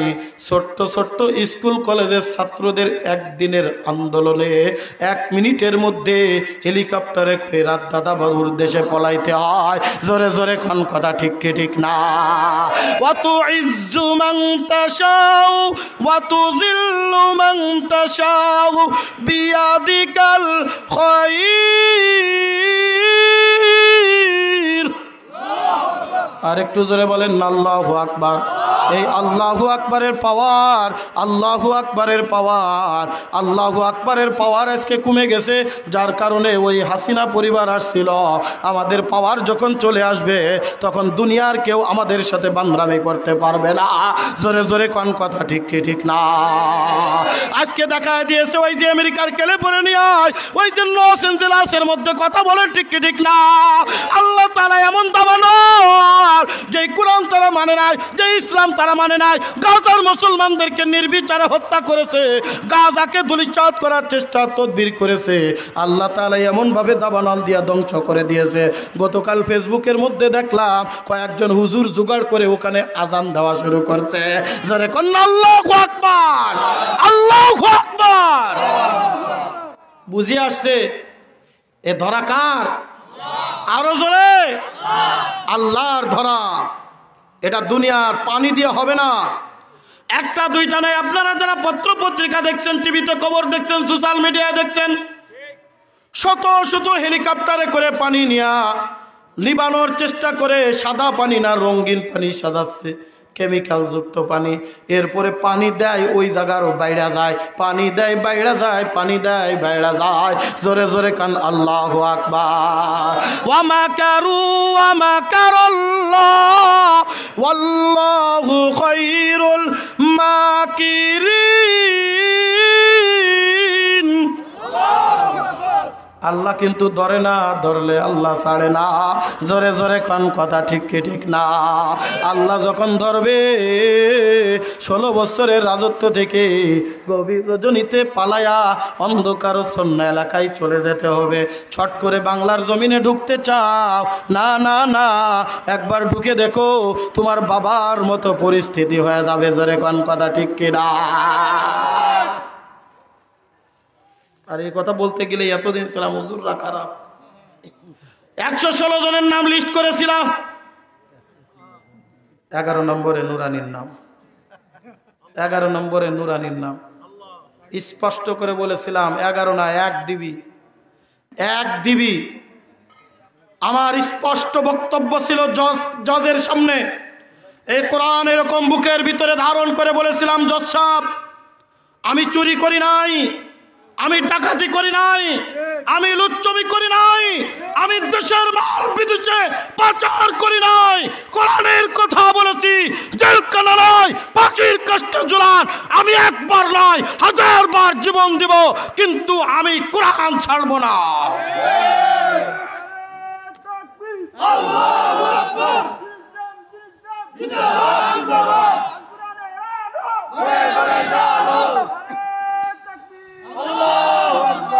মনে রাখবেন, ইসলাম দিন নিয়ে যারা বান্দরামি করছে, আল্লাহ তাআলা যখন ধরছেন তখন তাদের সাহায্যকারী কেউ আসে নাই। যারা মনে করেছিল আমাদেরকে বাঁচাবে, তারা আগে ভাগছে। কাউয়া কাদের ছিল না? হ্যাঁ, পালাবো না, খোঁজ নাই, খোঁজ নাই। আমি গত আপনার 4 তারিখে এর কাউয়া কাদের বাড়ির কোনায় নোয়াখালী বললাম, কই? আমি দেখি এলাকার মানুষ ওর প্রতি বিতৃষ্ণা। আপনজন আত্মীয় স্বজন বলে হুজুর চলবে রাত 2টা পর্যন্ত। 12টায় উঠছি, রাত 2টায়। আমি বললাম, তোমাদের কি হয়? একজন ডাক দেখে হুজুর আমার ভাইপো, আর একজন ডাক দেখে হুজুর আমার স্বাস্থ্য ভাই। বললাম কি? তারপরেও কয় আমরা ভাই চিনি না, ভাইপো চিনি না, আমরা চিনি ইসলাম। কথা বলেন ঠিক কিনা? আমরা দুনিয়ার কিচ্ছুই চিনি না, আমরা চিনি ইসলাম। ইসলাম আছে সাথে আছি, ইসলাম নাই সাথে নাই। কথা কন ঠিক কিনা? সম্মানিত হাজিরিন, রাত অনেক দীর্ঘায়িত হয়ে যাচ্ছে। অল্প সংখ্যক লোক নিয়েও কয়েকটি কথা বললাম। এই জন্যে আমরা ইসলামের পক্ষে থাকবো ইনশাআল্লাহ। আমাদেরকে আর সুযোগ দেওয়া যাবে না, আমাদেরকে আর সুযোগ দেওয়া যাবে না ওই বান্দরামি করার। নো আওয়ামী লীগ, কোনো কিচ্ছু আমরা চিনি না, আমরা চিনি ইসলাম। কথা কন? আমরা চিনি আলেম, আমরা চিনি কোরআন, আমরা চিনি দিন, আমরা চিনি ইসলাম। ইসলামের পক্ষে যারা আছে আমরা তাদের পক্ষে আছি, ইসলামের পক্ষে নাই আমরা তাদের পক্ষে নাই। আমি দেখতে চাই আপনাদের এই মৌলভীবাজারের প্রত্যেকটা আসন থেকে একজন করে আলেম আগামী নির্বাচনে আপনারা জয়যুক্ত করবেন ইনশাআল্লাহ। কথা বলেন, পারবেন তো ইনশাআল্লাহ? টাকার প্রশ্ন আসবে না, ক্ষমতার প্রশ্ন আসবে না। একজন আলেম যদি নির্বাচিত হয়, অন্ততপক্ষে দেশের টাকা বাইরে প্রচার করবে না। কথা বলেন ঠিক কি ঠিক না? আপনার পাশে থাকবে, আপনার সুখে থাকবে, দুঃখে থাকবে। যেই কথা বলতে গিয়ে এত দূর পর্যন্ত এসেছিলাম, কষ্ট হচ্ছে মনে হয় আপনাদের, আমি এ করে শেষ করে দেবো ইনশাআল্লাহ। যেই কথা বলতে গিয়ে এত দূর পর্যন্ত আমি এসেছি, আল্লামা আনোয়ার শাহ কাশ্মীরি, মনে আছে কথা? ওই বৃদ্ধ, তাকে মসজিদের ভিতরে নিয়ে 1.5 ঘন্টা পর্যন্ত দুইজনে কি জানি কানাকানি করতেছে। একজন শোনে আরেকজন বলে, একজন শোনে আরেকজন বলে। বন্ধুরে আমার, ওই খাদেমগুলো 1 ঘন্টা পার হয়ে যায়। আস্তে আস্তে তাদের ভিতরে একটা এইরকম ভাবে বিতৃষ্ণা ভাব চলে আসছে। এই বৃদ্ধের সাথে হুজুর এতক্ষণ পর্যন্ত বসে বসে কি গল্প করতেছে, এতক্ষণ পর্যন্ত কি করে? 1.5 ঘন্টা হয়ে গেছে। 1.5 ঘন্টা পরে দুইজনে মিলে এইরকম হাত উত্তোলন করেছে। দীর্ঘক্ষণ পর্যন্ত দুইজন আবেগঘন অবস্থায় আল্লাহর দরবারে রোনাজারি করে দোয়া করেছে, কান্নাকাটি করেছে। ওই বৃদ্ধ মুসাফা করে মসজিদ থেকে বাইর হয়ে হনহন করে বাড়ির দিকে রওনা দিয়া দিছে। আর আল্লামা আনোয়ার শাহ কাশ্মীরি রহমাতুল্লাহি আলাইহি উনিও তার ওই খাদেমদেরকে সাথে করে নিয়ে বলে, চলো এবার বাসার দিকে যাওয়া যাক। হুজুর সামনে, ছাত্ররা পিছনে, কানাঘুষা চলতেছে, কি কথাবার্তা। হুজুরের কাছে প্রশ্ন করবে এরকম সাহস কেউ করে উঠতে পারতেছে না। হুজুর এইরকম পিছনের দিকে ফিরে তাকায় বলে, কি ব্যাপার, তোমাদের চলা এরকম আসছে কেন? তোমরা কি আমার কাছে কোনো প্রশ্ন করবা নাকি বলো?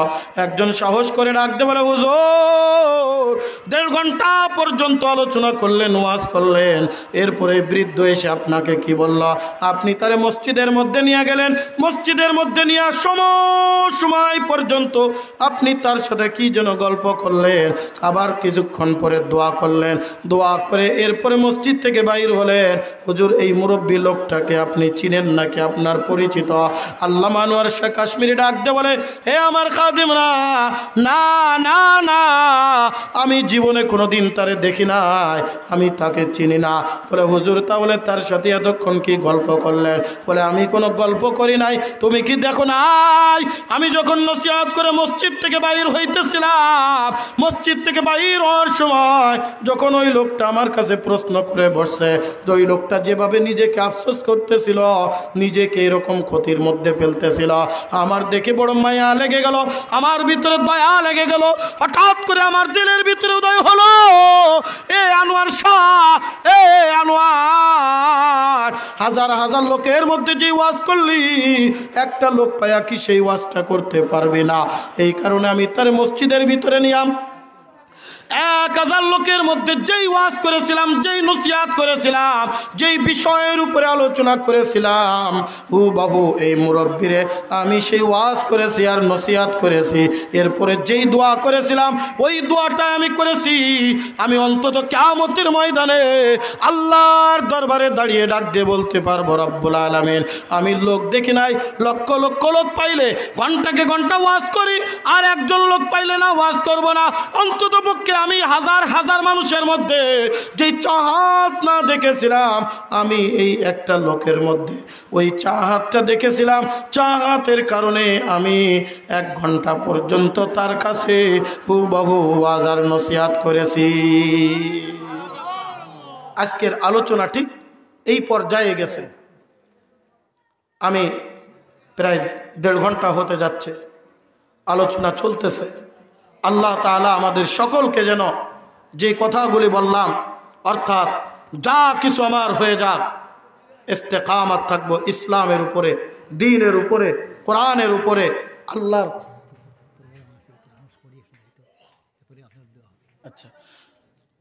আল্লাহর কালামের জন্যে নিজের জীবন, জান, মাল, সময় ব্যয় করব ইনশাআল্লাহ।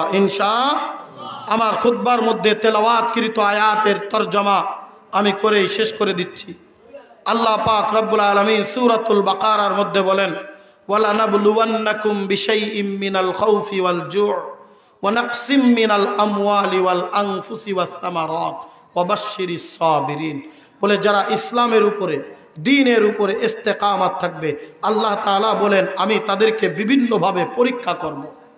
1 নম্বর পরীক্ষা হবে খোদা, দুর্ভিক্ষ, ক্ষুধা মন্দা আসবে, ভয়, এবং জানের উপরে, নফসের উপরে, রিজিকের উপরে এইরকম টানা হিসলা করা থাকবে। আল্লাহ তাআলা বলেন দুনিয়ার মানুষ শুনো, যারা ঈমানদার, যারা কালেমাওয়ালা, যারা মুত্তাকি, যারা পরহেজগার, এই আল্লাহর পরীক্ষা থেকে যারাই সবরে জামিল ইখতিয়ার করে ইসলামের উপর ইস্তেকামাত থাকতে পারবে, আল্লাহ পাক রব্বুল আলামিন বলেন শেষ পরিণাম তাদের জন্য হবে জান্নাত। জোরে কোন সুবহানাল্লাহ। আল্লাহ তাআলা আমাদের সকলকে কবুল আর মঞ্জুর করে নেন, বলেন আমিন। ওয়া আখির দাওয়ানা আনিল হামদুলিল্লাহি রাব্বিল আলামিন। জি জি ইনশাআল্লাহ, আগে ঘোষণা দিন না। জি ইনশাআল্লাহ। আপনারা যারা বুয়াত আছেন মাইক সারা কইরাম মেহরবানি করি আপনারা সবর খানির ব্যবস্থা আছে সেটা ভাত খাইয়া সবে যাইবা আমরা অনুরোধ কেউ না খাইয়া যাইবা না এনে দেখি আর ইটারঘাটর মানুষও আছেন আবার লাগার শহরও আছে বিভিন্ন গ্রামের আছে আপনারা সবে বাচ্চাটা খাইয়া যাই এলাকার বাড়া ওকে সবাই খাই সবে খাইয়া যাই যারা বুয়াত আছেন সবে খাইয়া এই তুমি তো বাদ খেলে আইও আইও ভিতরে আইও ভিতরে খাইও সেটা বাদ খাইয়া যাবে আসেন না আইও আইও ভিতরে সংক্ষেপে আমরা কিছু আগে সময় কম থাকায় মাত্রাম পারছি না আমরা এই বছর দাওরা হাদিসের সাথী তুমি দোয়াত শরীফ হয়ে যাবে দোয়া শরীফ যায় মুসাফির হুজুর অনেক দূর থেকে গরম পানি আমরা এই বছর দাওরা হাদিসে যারা পাস করছে এরারে আমরা ফাগড়ির পরিবর্তে হিজাব দিলাম 1 নম্বর আলেমা সুমাইয়া সঞ্জিদা পিতা নানুনিয়া গ্রাম সুন্দরপুর বেরি তোমার পক্ষ থেকে কেওয়াইসি আইলে তোমার হিজাব রেডি আছে নাও আলেমা মাসুমা জান্নাত পিতা আব্দুর রহমান শাম সুন্দরপুর বেরি তোমার হিজাব নাও আলেমা তাসনিম জান্নাত ইবা পিতা তুবাজ্জুল হক চিনু সাবেক চেয়ারম্যান শরীফপুর আলেমা তাসনিম জান্নাত পিতা মোহাম্মদ সাইফুর রহমান শাম শরীফপুর শাম সুন্দরপুর আলেমা হালিমা জান্নাত পিতা খালেদ হোসেন শাম সুন্দরপুর আলেমা সুমেনা জান্নাত পিতা নানু মিয়া শাম সুন্দরপুর আলেমা সেলিনা সিদ্দিকা পিতা শৌকত আলী শাম সুন্দরপুর আলেমা সুমাইয়া আক্তার পিতা আব্দুল কাইয়ুম আলেমা সুমাইয়া আক্তার পিতা আব্দুল কাইয়ুম শাম সুন্দরপুর আলেমা সুফনা আক্তার পিতা ইসলাম আলী শাম শরীফপুর আলেমা নাজমা জান্নাত পিতা সুরমান আলী শাম সুন্দরপুর আলেমা শিফা আক্তার পিতা আজাদ মিয়া শাম সুন্দরপুর আলেমা মারজানা জান্নাত পিতা আকবর আলী শাম সুন্দরপুর খান্দিবাড়ি আলেমা সুমাইয়া জাসাদিয়া পিতা সালাউদ্দিন শাম সুন্দরপুর বেরি আলেমা সাদিয়া জান্নাত পিতা মুমতাজ আলী শাম শরীফপুর শাম সুন্দরপুর আপনারা প্রতিনিধি যারা আসেন হিজাব নৌকা আপনারা হিজাব দেওয়া প্রবাসী যারা আমরা বিভিন্ন ক্ষেত্রে দান করছেন শুধু এরা নাম পড়িয়া বনানি লাগি খোয়া হয়েছে এরা নামগুণ মাইক ঘোষণা করবার লাগি দেবকা মৌলানা আবুল ফজল দুবাই প্রবাসী আতিয়ান আহমদ লন্ডন প্রবাসী হাফিজ বদরুল ইসলাম কামিল লন্ডন প্রবাসী সিদ্দিক আলী ওমান সোহেল আহমদ আমেরিকা প্রবাসী মৌলানা সুবতুল হক মহত্তি সত্র মাদ্রাসা আসলাম আলী দুবাই প্রবাসী ফাহিম আহমদ খিদিরপুর আব্দুল মজিদ দুবাই প্রবাসী হাফিজ হুসাইন আহমদ লন্ডন প্রবাসী হাফিজ আব্দুল হাকিম সৌদি প্রবাসী হাবিবুর রহমান শিপু চাঁদপুর রুবেল আহমদ সিলেট কাউসার আহমদ কাতার তাবাজ্জুল হক লালারচক আজিমুদ্দিন দুবাই প্রবাসী সানা মিয়া শরীফপুর ওসি মাসুক আলী শরীফপুর আশিক মিয়া চাঁদপুর আলাউদ্দিন ফ্রান্স প্রবাসী হাজি আকবর হোসেন সুন্দরপুর হুসনা বেগম হরিপুর মৌলানা ফখরুদ্দিন দুবাই প্রবাসী হিফজুর রহমান হাফিজ আতিকুর রহমান ওমান প্রবাসী কাউসার আহমদ মসি লন্ডন প্রবাসী মৌলানা আরকানুদ্দিন মহতমুল মত্র মাদ্রাসা মুফতি মনসুর আহমদ নাজি মত্র মাদ্রাসা এখতিয়ার আহমদ লন্ডন প্রবাসী হাবিবুর রহমান ফ্রান্স প্রবাসী মৌলানা জামাল উদ্দিন কাতার প্রবাসী মৌলানা জালালউদ্দিন কাতার প্রবাসী হাফিজ আজিজুল হক ও হাফিজুর রহমান ফ্রান্স প্রবাসী সালমান উদ্দিন সুন্দরপুর মাজহারুল ইসলাম রাহি লন্ডন প্রবাসী জুনেদ আহমদ দুবাই প্রবাসী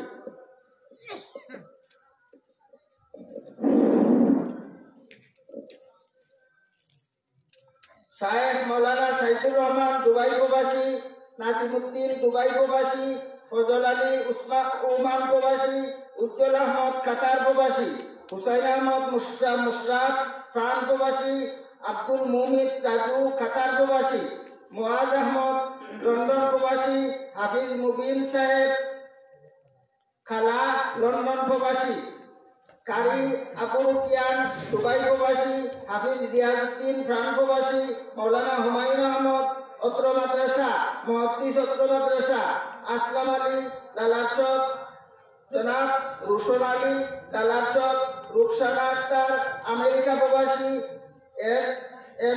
অ্যাডভোকেট জসিমউদ্দিন ঢাকা, মৌলানা আলী আহমদ উস্তাদ অত্র মাদ্রাসা, এখলাসুর রহমান মৌলভীবাজার, মাস্টার আব্দুল হালিম লালাচক, আব্দুল হিসাম দুবাই প্রবাসী, আনোয়ার আলী ফ্রান্স প্রবাসী, সুরমান আলী লন্ডন প্রবাসী, আব্দুল্লাহ আল মাসউদ লন্ডন প্রবাসী, রশিদ আহমদ দুবাই প্রবাসী, ইমরান আহমদ দুবাই প্রবাসী, ইকবাল হোসেন কুয়েত প্রবাসী, মুজিবুর রহমান দুবাই প্রবাসী, সফির মিয়া সৌদি আরব প্রবাসী, ফরিদ আহমদ ফ্রান্স প্রবাসী, আব্দুল হামিদ বদরুল দুবাই প্রবাসী, নাম প্রকাশে ইচ্ছুক লন্ডন প্রবাসী, সাইদুর রহমান ওমান প্রবাসী, মুজাম্মিল মিয়া ওমান প্রবাসী, হাফিজ ফরিদউদ্দিন লন্ডন প্রবাসী, মিজান আহমদ কানাডা প্রবাসী, বাবু আহমদ কাতার প্রবাসী, রুস্তম আলী হাফিজ আব্দুল মুকিত দুবাই প্রবাসী, জুবাইর আহমদ আশিদুর রহমান দুবাই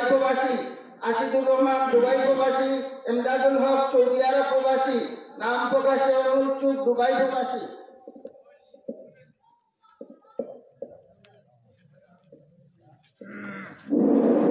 জহির আলী দুবাই প্রবাসী, মৌলানা মাসুম আহমদ শরীফপুর, মৌলানা আবুল কালাম কাতার প্রবাসী, মৌলানা মুতাহিরুল ইসলাম সঞ্জরপুর, হাফিজ এবাদুর রহমান শরীফপুর, হাফিজ জসিমউদ্দিন ময়মনসিংহ, মঞ্জুরে মৌলা আমেরিকা, হাফিজ মুবিন আহমদ লন্ডন প্রবাসী, আবুল হোসেন আবুল চাঁদপুর, জসিমউদ্দিন লন্ডন, মুসলিম আলী বাগজুর, আক্তার উদ্দিন বাবু দুবাই প্রবাসী, নাম প্রকাশে অনুচ্ছুক সৌদি আরব প্রবাসী, মুহিবুর রহমান মুহাদ্দিস লন্ডন প্রবাসী, মঈনুল ইসলাম পূর্ববাগ, ইমরান আহমদ লন্ডন, আমিনুল ইসলাম ফুলবাড়ি, মৌমিয়া ফুলবাড়ি, হান্নান মিয়া ফুলবাড়ি, জয়নাল আব্দিন দুবাই প্রবাসী, হারুন মিয়া দুবাই প্রবাসী, আলতাফুর রহমান শরীফপুর,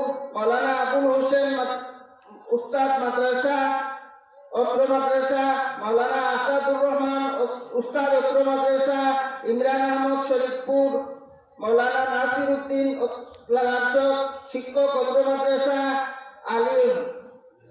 আলিয়া আহমদ শিক্ষক অত্র মাদ্রাসা, ইয়াহিয়া হরিপুর, শামসুল হক মাস্টার সাহেব বাগদুর, মৌলানা হাবিবুর রহমান দুবাই প্রবাসী, বেলাল আহমদ সৌদি আরব প্রবাসী, সুলেমান দুবাই প্রবাসী, নাম প্রকাশে অনুচ্ছুক London, Shahin Ahmed Chowdhury London, Syed Jasimuddin Dubai প্রবাসী, কামাল উদ্দিন সাহেব লন্ডন প্রবাসী।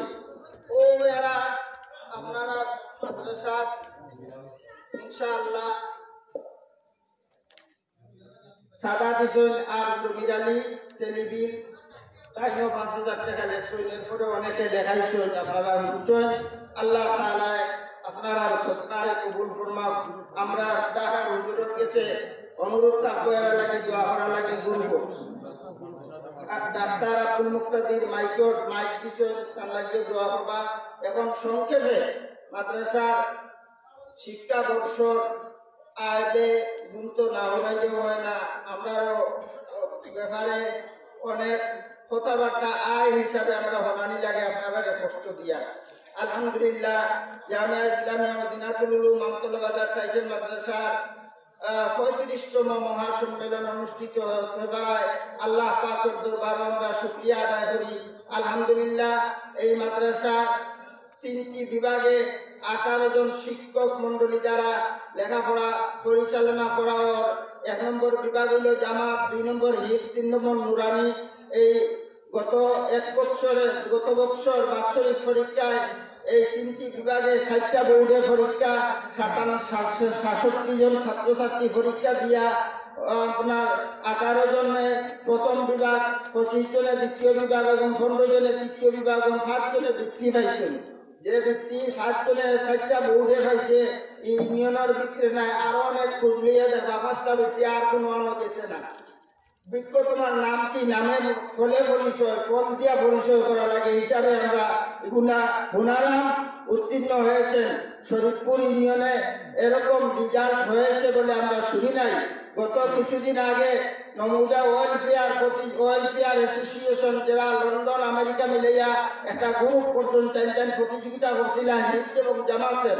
এই নমুজার মাঝে শুধু আমরা মাদ্রাসার 3টা পুরস্কার আইছে, আর কোন মাদ্রাসার কোনো পুরস্কার গেছে বলে আমরা নিজে পরিচালনা করছি দেখছি না। আর যেগুলা পরীক্ষা হয়েছে এখানে স্বচ্ছভাবে আল্লাহ তাআলা আগে দিও আরো সুন্দর রেজাল্ট করতো, আরো সুন্দর লেখাপড়ার চেষ্টা আমরা করতাম, আপনারা দোয়া করবা। এবং সংক্ষেপে মাদ্রাসার আয় গত 24/2/2024 ইংরেজিটা কিনিয়া 16/1/2025 অর্থাৎ আজ পর্যন্ত গত বছরের সর্বমোট আয় মাদ্রাসার বিভিন্ন খাতে সর্বমোট আয় জেনারেল ফান্ডের 9,67,917 টাকা। আর জেনারেল ফান্ডের সর্বমোট ব্যয় হইল 9,97,113 টাকা। মোট ঘাটতি আছে 29,696 টাকা। বর্তমানে 5 মাসের বাটা হুজুরগুলোর খাওয়া আছে, এই 5 মাসে 3,90,000 টাকা হুজুরগুলোর বাটা, এগুলা মাদ্রাসার উপরে ঋণ আছে, এগুলা দেওয়া লাগবো। আর ও আগর 29,000 আর 3,90,000 মিলিয়া বর্তমানে ঋণ মাদ্রাসা 4,19,696 টাকা। আগামী বছর মাদ্রাসার বাজেট হইল 78,000 মাসিক বেতন, 12 মাসে 78,000 করে আইলে 9,36,000 টাকা 1 বছরের বেতন লাগে। আর নতুন একটা যে বক্সিসে ঘর দেখা, এটা পুরানো গেছে, এই বানাইতে 20 লক্ষ টাকা লাগে। এই 9,36,000 আর 20 লক্ষ মোটামুটি 29,36,000 টাকা আগামী বছর চলতে গেলে, সুন্দর চলতে গেলে আমার লাগে। এই 29,36,000 টাকা আগামী বছর লাগে। আর 60,36,000 টাকা লাগে আমরা ঋণ ফুরাইতে। আর ফুরাবা ফান্ড এতিমখানা মাদ্রাসাতে ছাত্রীতে খায়, এই ব্যাপারে আমরা মানে জিনিসপত্র দেওয়া থাকি নিয়ে সর্বমোট আয় আছে আমরা 2,05,000 টাকা, সর্বমোট ব্যয় আছে 2,25,000 টাকা। এনাও ঘাটতি আছে 20,000 টাকার মতো। আল্লাহ তাআলা এই সমস্ত ঘাটতিকে পূরণ করার তৌফিক দান করতে আপনারা আমিন। আখিরু দাওয়ানা আলহামদুলিল্লাহি রাব্বিল আলামিন। আর বিদেশি গুরু ফল লাগি আমরা ঢাকার মেহমান হুজুরের দোয়া করবার লাগি অনুরোধ করলাম। আর আপনারা যে দাওয়াত দিছি কেউ যাইবা না, মেহরবানি করে দোয়া করে মাদ্রাসাতে নিয়ে।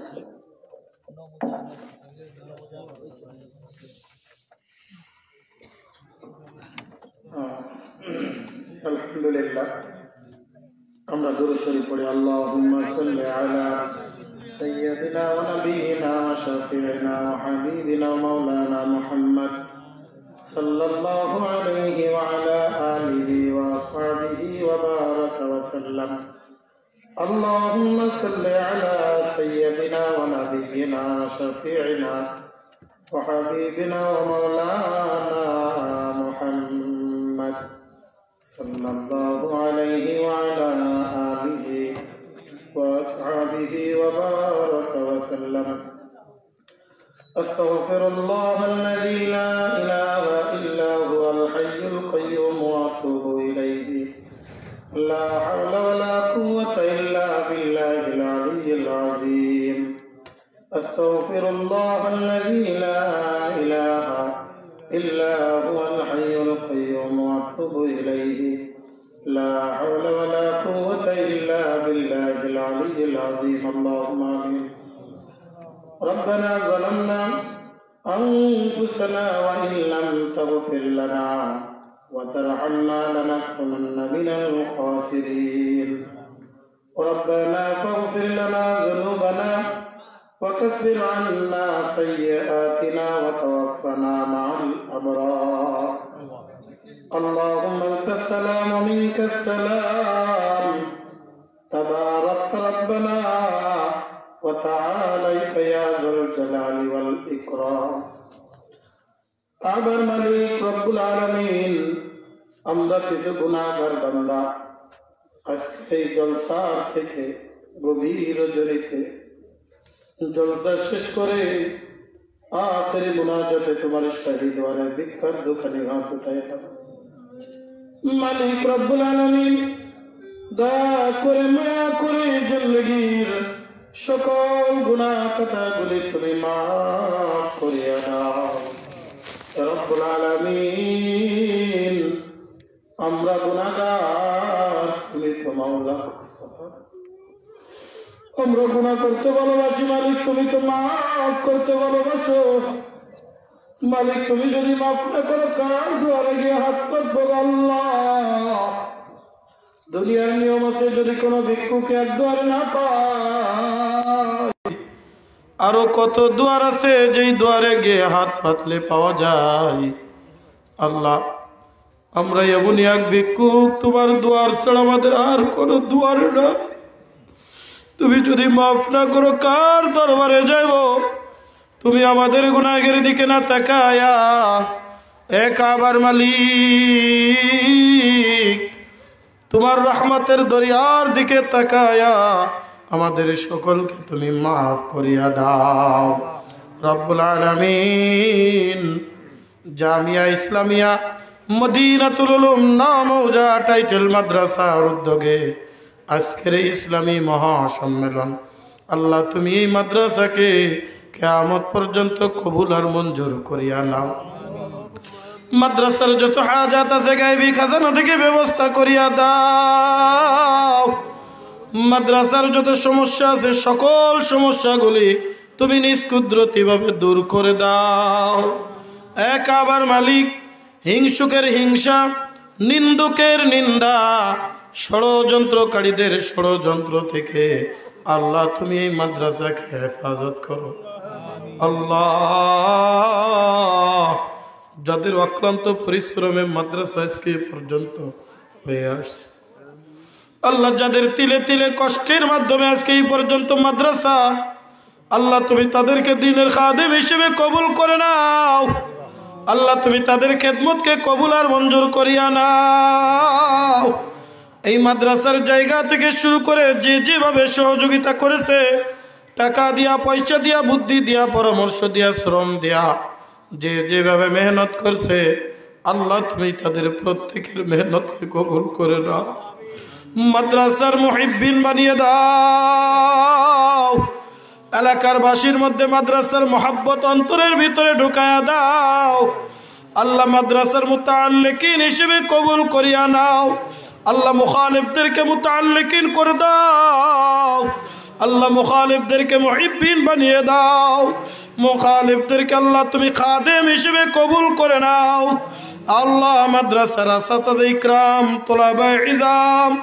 আল্লাহ সকলকে তুমি কবুল করে নাও আল্লাহ সকলের দ্বীনি কাজকে তুমি কবুল করে নাও হে মালিক রব্বুল আলামিন বিশেষ করে আজকের এই ইসলামী মহাসম্মেলনকে তুমি হেদায়েতের জরিয়া বানিয়ে দাও রব্বুল আলামিন জোহর থেকে এই পর্যন্ত যা কিছু আলোচনা হয়েছে ভুল ত্রুটি মার্জনা করে আমাদের সকলকে আমল করার তৌফিক দান করে দাও হে রব্বুল আলামিন বেশি বেশি ইবাদত বندگی করার তৌফিক দান করে দাও আল্লাহ আমরা যারা হাত উঠিয়েছি জানি না আমার মতো কার মা নাই কার বাবা নাই কে জানি মা হারা বাবা হারা এতিম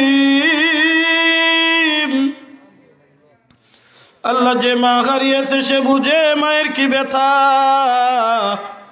যে বাবা হারিয়েছে সে বুঝে বাবার কি দরদ আল্লাহ তুমি আমার আব্বা আম্মা সহ আল্লাহ পৃথিবীর সকল মুমিন মুমিনাত আব্বা আম্মাকে জান্নাতের উচ্চ মাকাম বানিয়ে দাও হে রব্বুল আলামিন আমাদের যত মাই মুরব্বিকরাম অন্ধকার কবরে শুয়ে আছে প্রত্যেকের কবরকে জান্নাতের উচ্চ মাকাম বানিয়ে দাও রব্বুল আলামিন।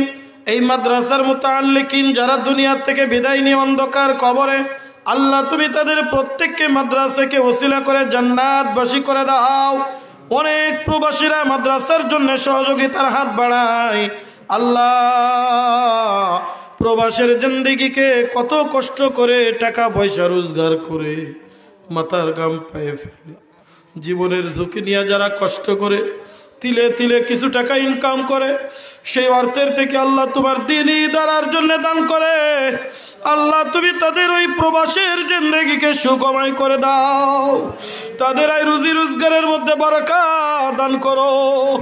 আল্লাহ তুমি তাদের কাজকে সহজ করে দাও। আল্লাহ অনেকেই প্রবাসের জিন্দেগিতে বড় কষ্টের ভিতরে আছে। আল্লাহ ইউটিউবে আলোচনা শুনে কত প্রবাস থেকে ফোন দেয়, হুজুর দোয়া করে। আল্লাহ কত কষ্টের কাজ, আল্লাহ তুমি তাদের কষ্টকে একটু আনন্দময় করে দাও, আবার যেন আমাদের মাঝে তারা ফিরে আসতে পারে সেই তৌফিক আল্লাহ তুমি দান করে দাও। এ মালিক রব্বুল আলামিন, যে যে নিয়তে দোয়া চেয়েছে প্রত্যেকের মনের নেক মাকসাদ পরিপূর্ণ করো। আল্লাহ মজলিসের মধ্যে আমি সব থেকে বড় গুনাহগার, আমার মতো গুনাহগার না কান্দান এই পৃথিবীর মধ্যে আর দ্বিতীয় কেউ নাই।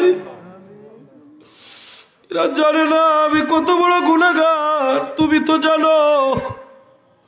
তাকায় দেখো কত ওলামা ইকরাম হাত উঠিয়েছে, চুল পাকা দাড়ি পাকা মুরব্বীরা হাত উঠিয়েছে, নিষ্পাপ মাসুম বেলে হাত উঠিয়েছে, কলিজার টুকরা যুবকেরা আমার সাথে হাত উঠিয়েছে। গো আল্লাহ, আল্লাহ যার হাত কেনা কবুল করো, ওই হাতের ওসিলা আমাদের দোয়া খানিকে তুমি কবুল করে নাও। আল্লাহ যা চাইলাম দান করো, যা চাইতে ভুলে গিয়েছি সেগুলিও দান করো। আমাদের জন্য যা যা উপকার দান করো, যা যা ক্ষতিকর থেকে হেফাজত করো। আল্লাহ জানি না কবে জানি আজরাইল এসে যায়, আল্লাহ জানি না কবে জানি জানটা খপ করে ধরে দিয়ে যায়। কত মানুষ রাত্রে ঘুমায় আর সকালে উঠতে পারে না মালিক।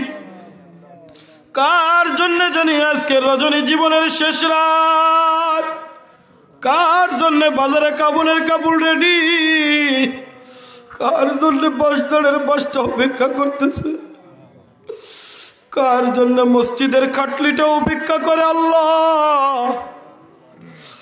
আল্লাহ, ওই কারাগারের জিন্দেগিতে যখন অন্ধকার ঘরে 15 দিন রেখেছিল, মনে করেছিলাম আর পৃথিবীর আলো বাতাস দেখতে পাবো না, আবার তুমি ফিরায় আনছো। আল্লাহ পরিপূর্ণ ইমানদার না বানায়া অন্ধকার কবরে আমাদেরকে ডাক দিও না, তোমার খাঁটি বান্দা না বানায়া আজরাইলের সামনে আমাদেরকে তুমি ফেলাইও না। আল্লাহ তুমি আমাদের দোয়াখানি কবুল করে নাও। রব্বির রহমহুমা কামা রব্বায়ানি সগীরা, রব্বির রহমহুমা কামা রব্বায়ানি সগীরা। সুবহান রাব্বিকা রাব্বিল ইজ্জাতি আম্মা ইয়াসিফুন ওয়া সালামুন আলাল মুরসালিন। আমিন আমিন برحمتك يا أرحم الراحمين. السلام عليكم ورحمة الله وبركاته.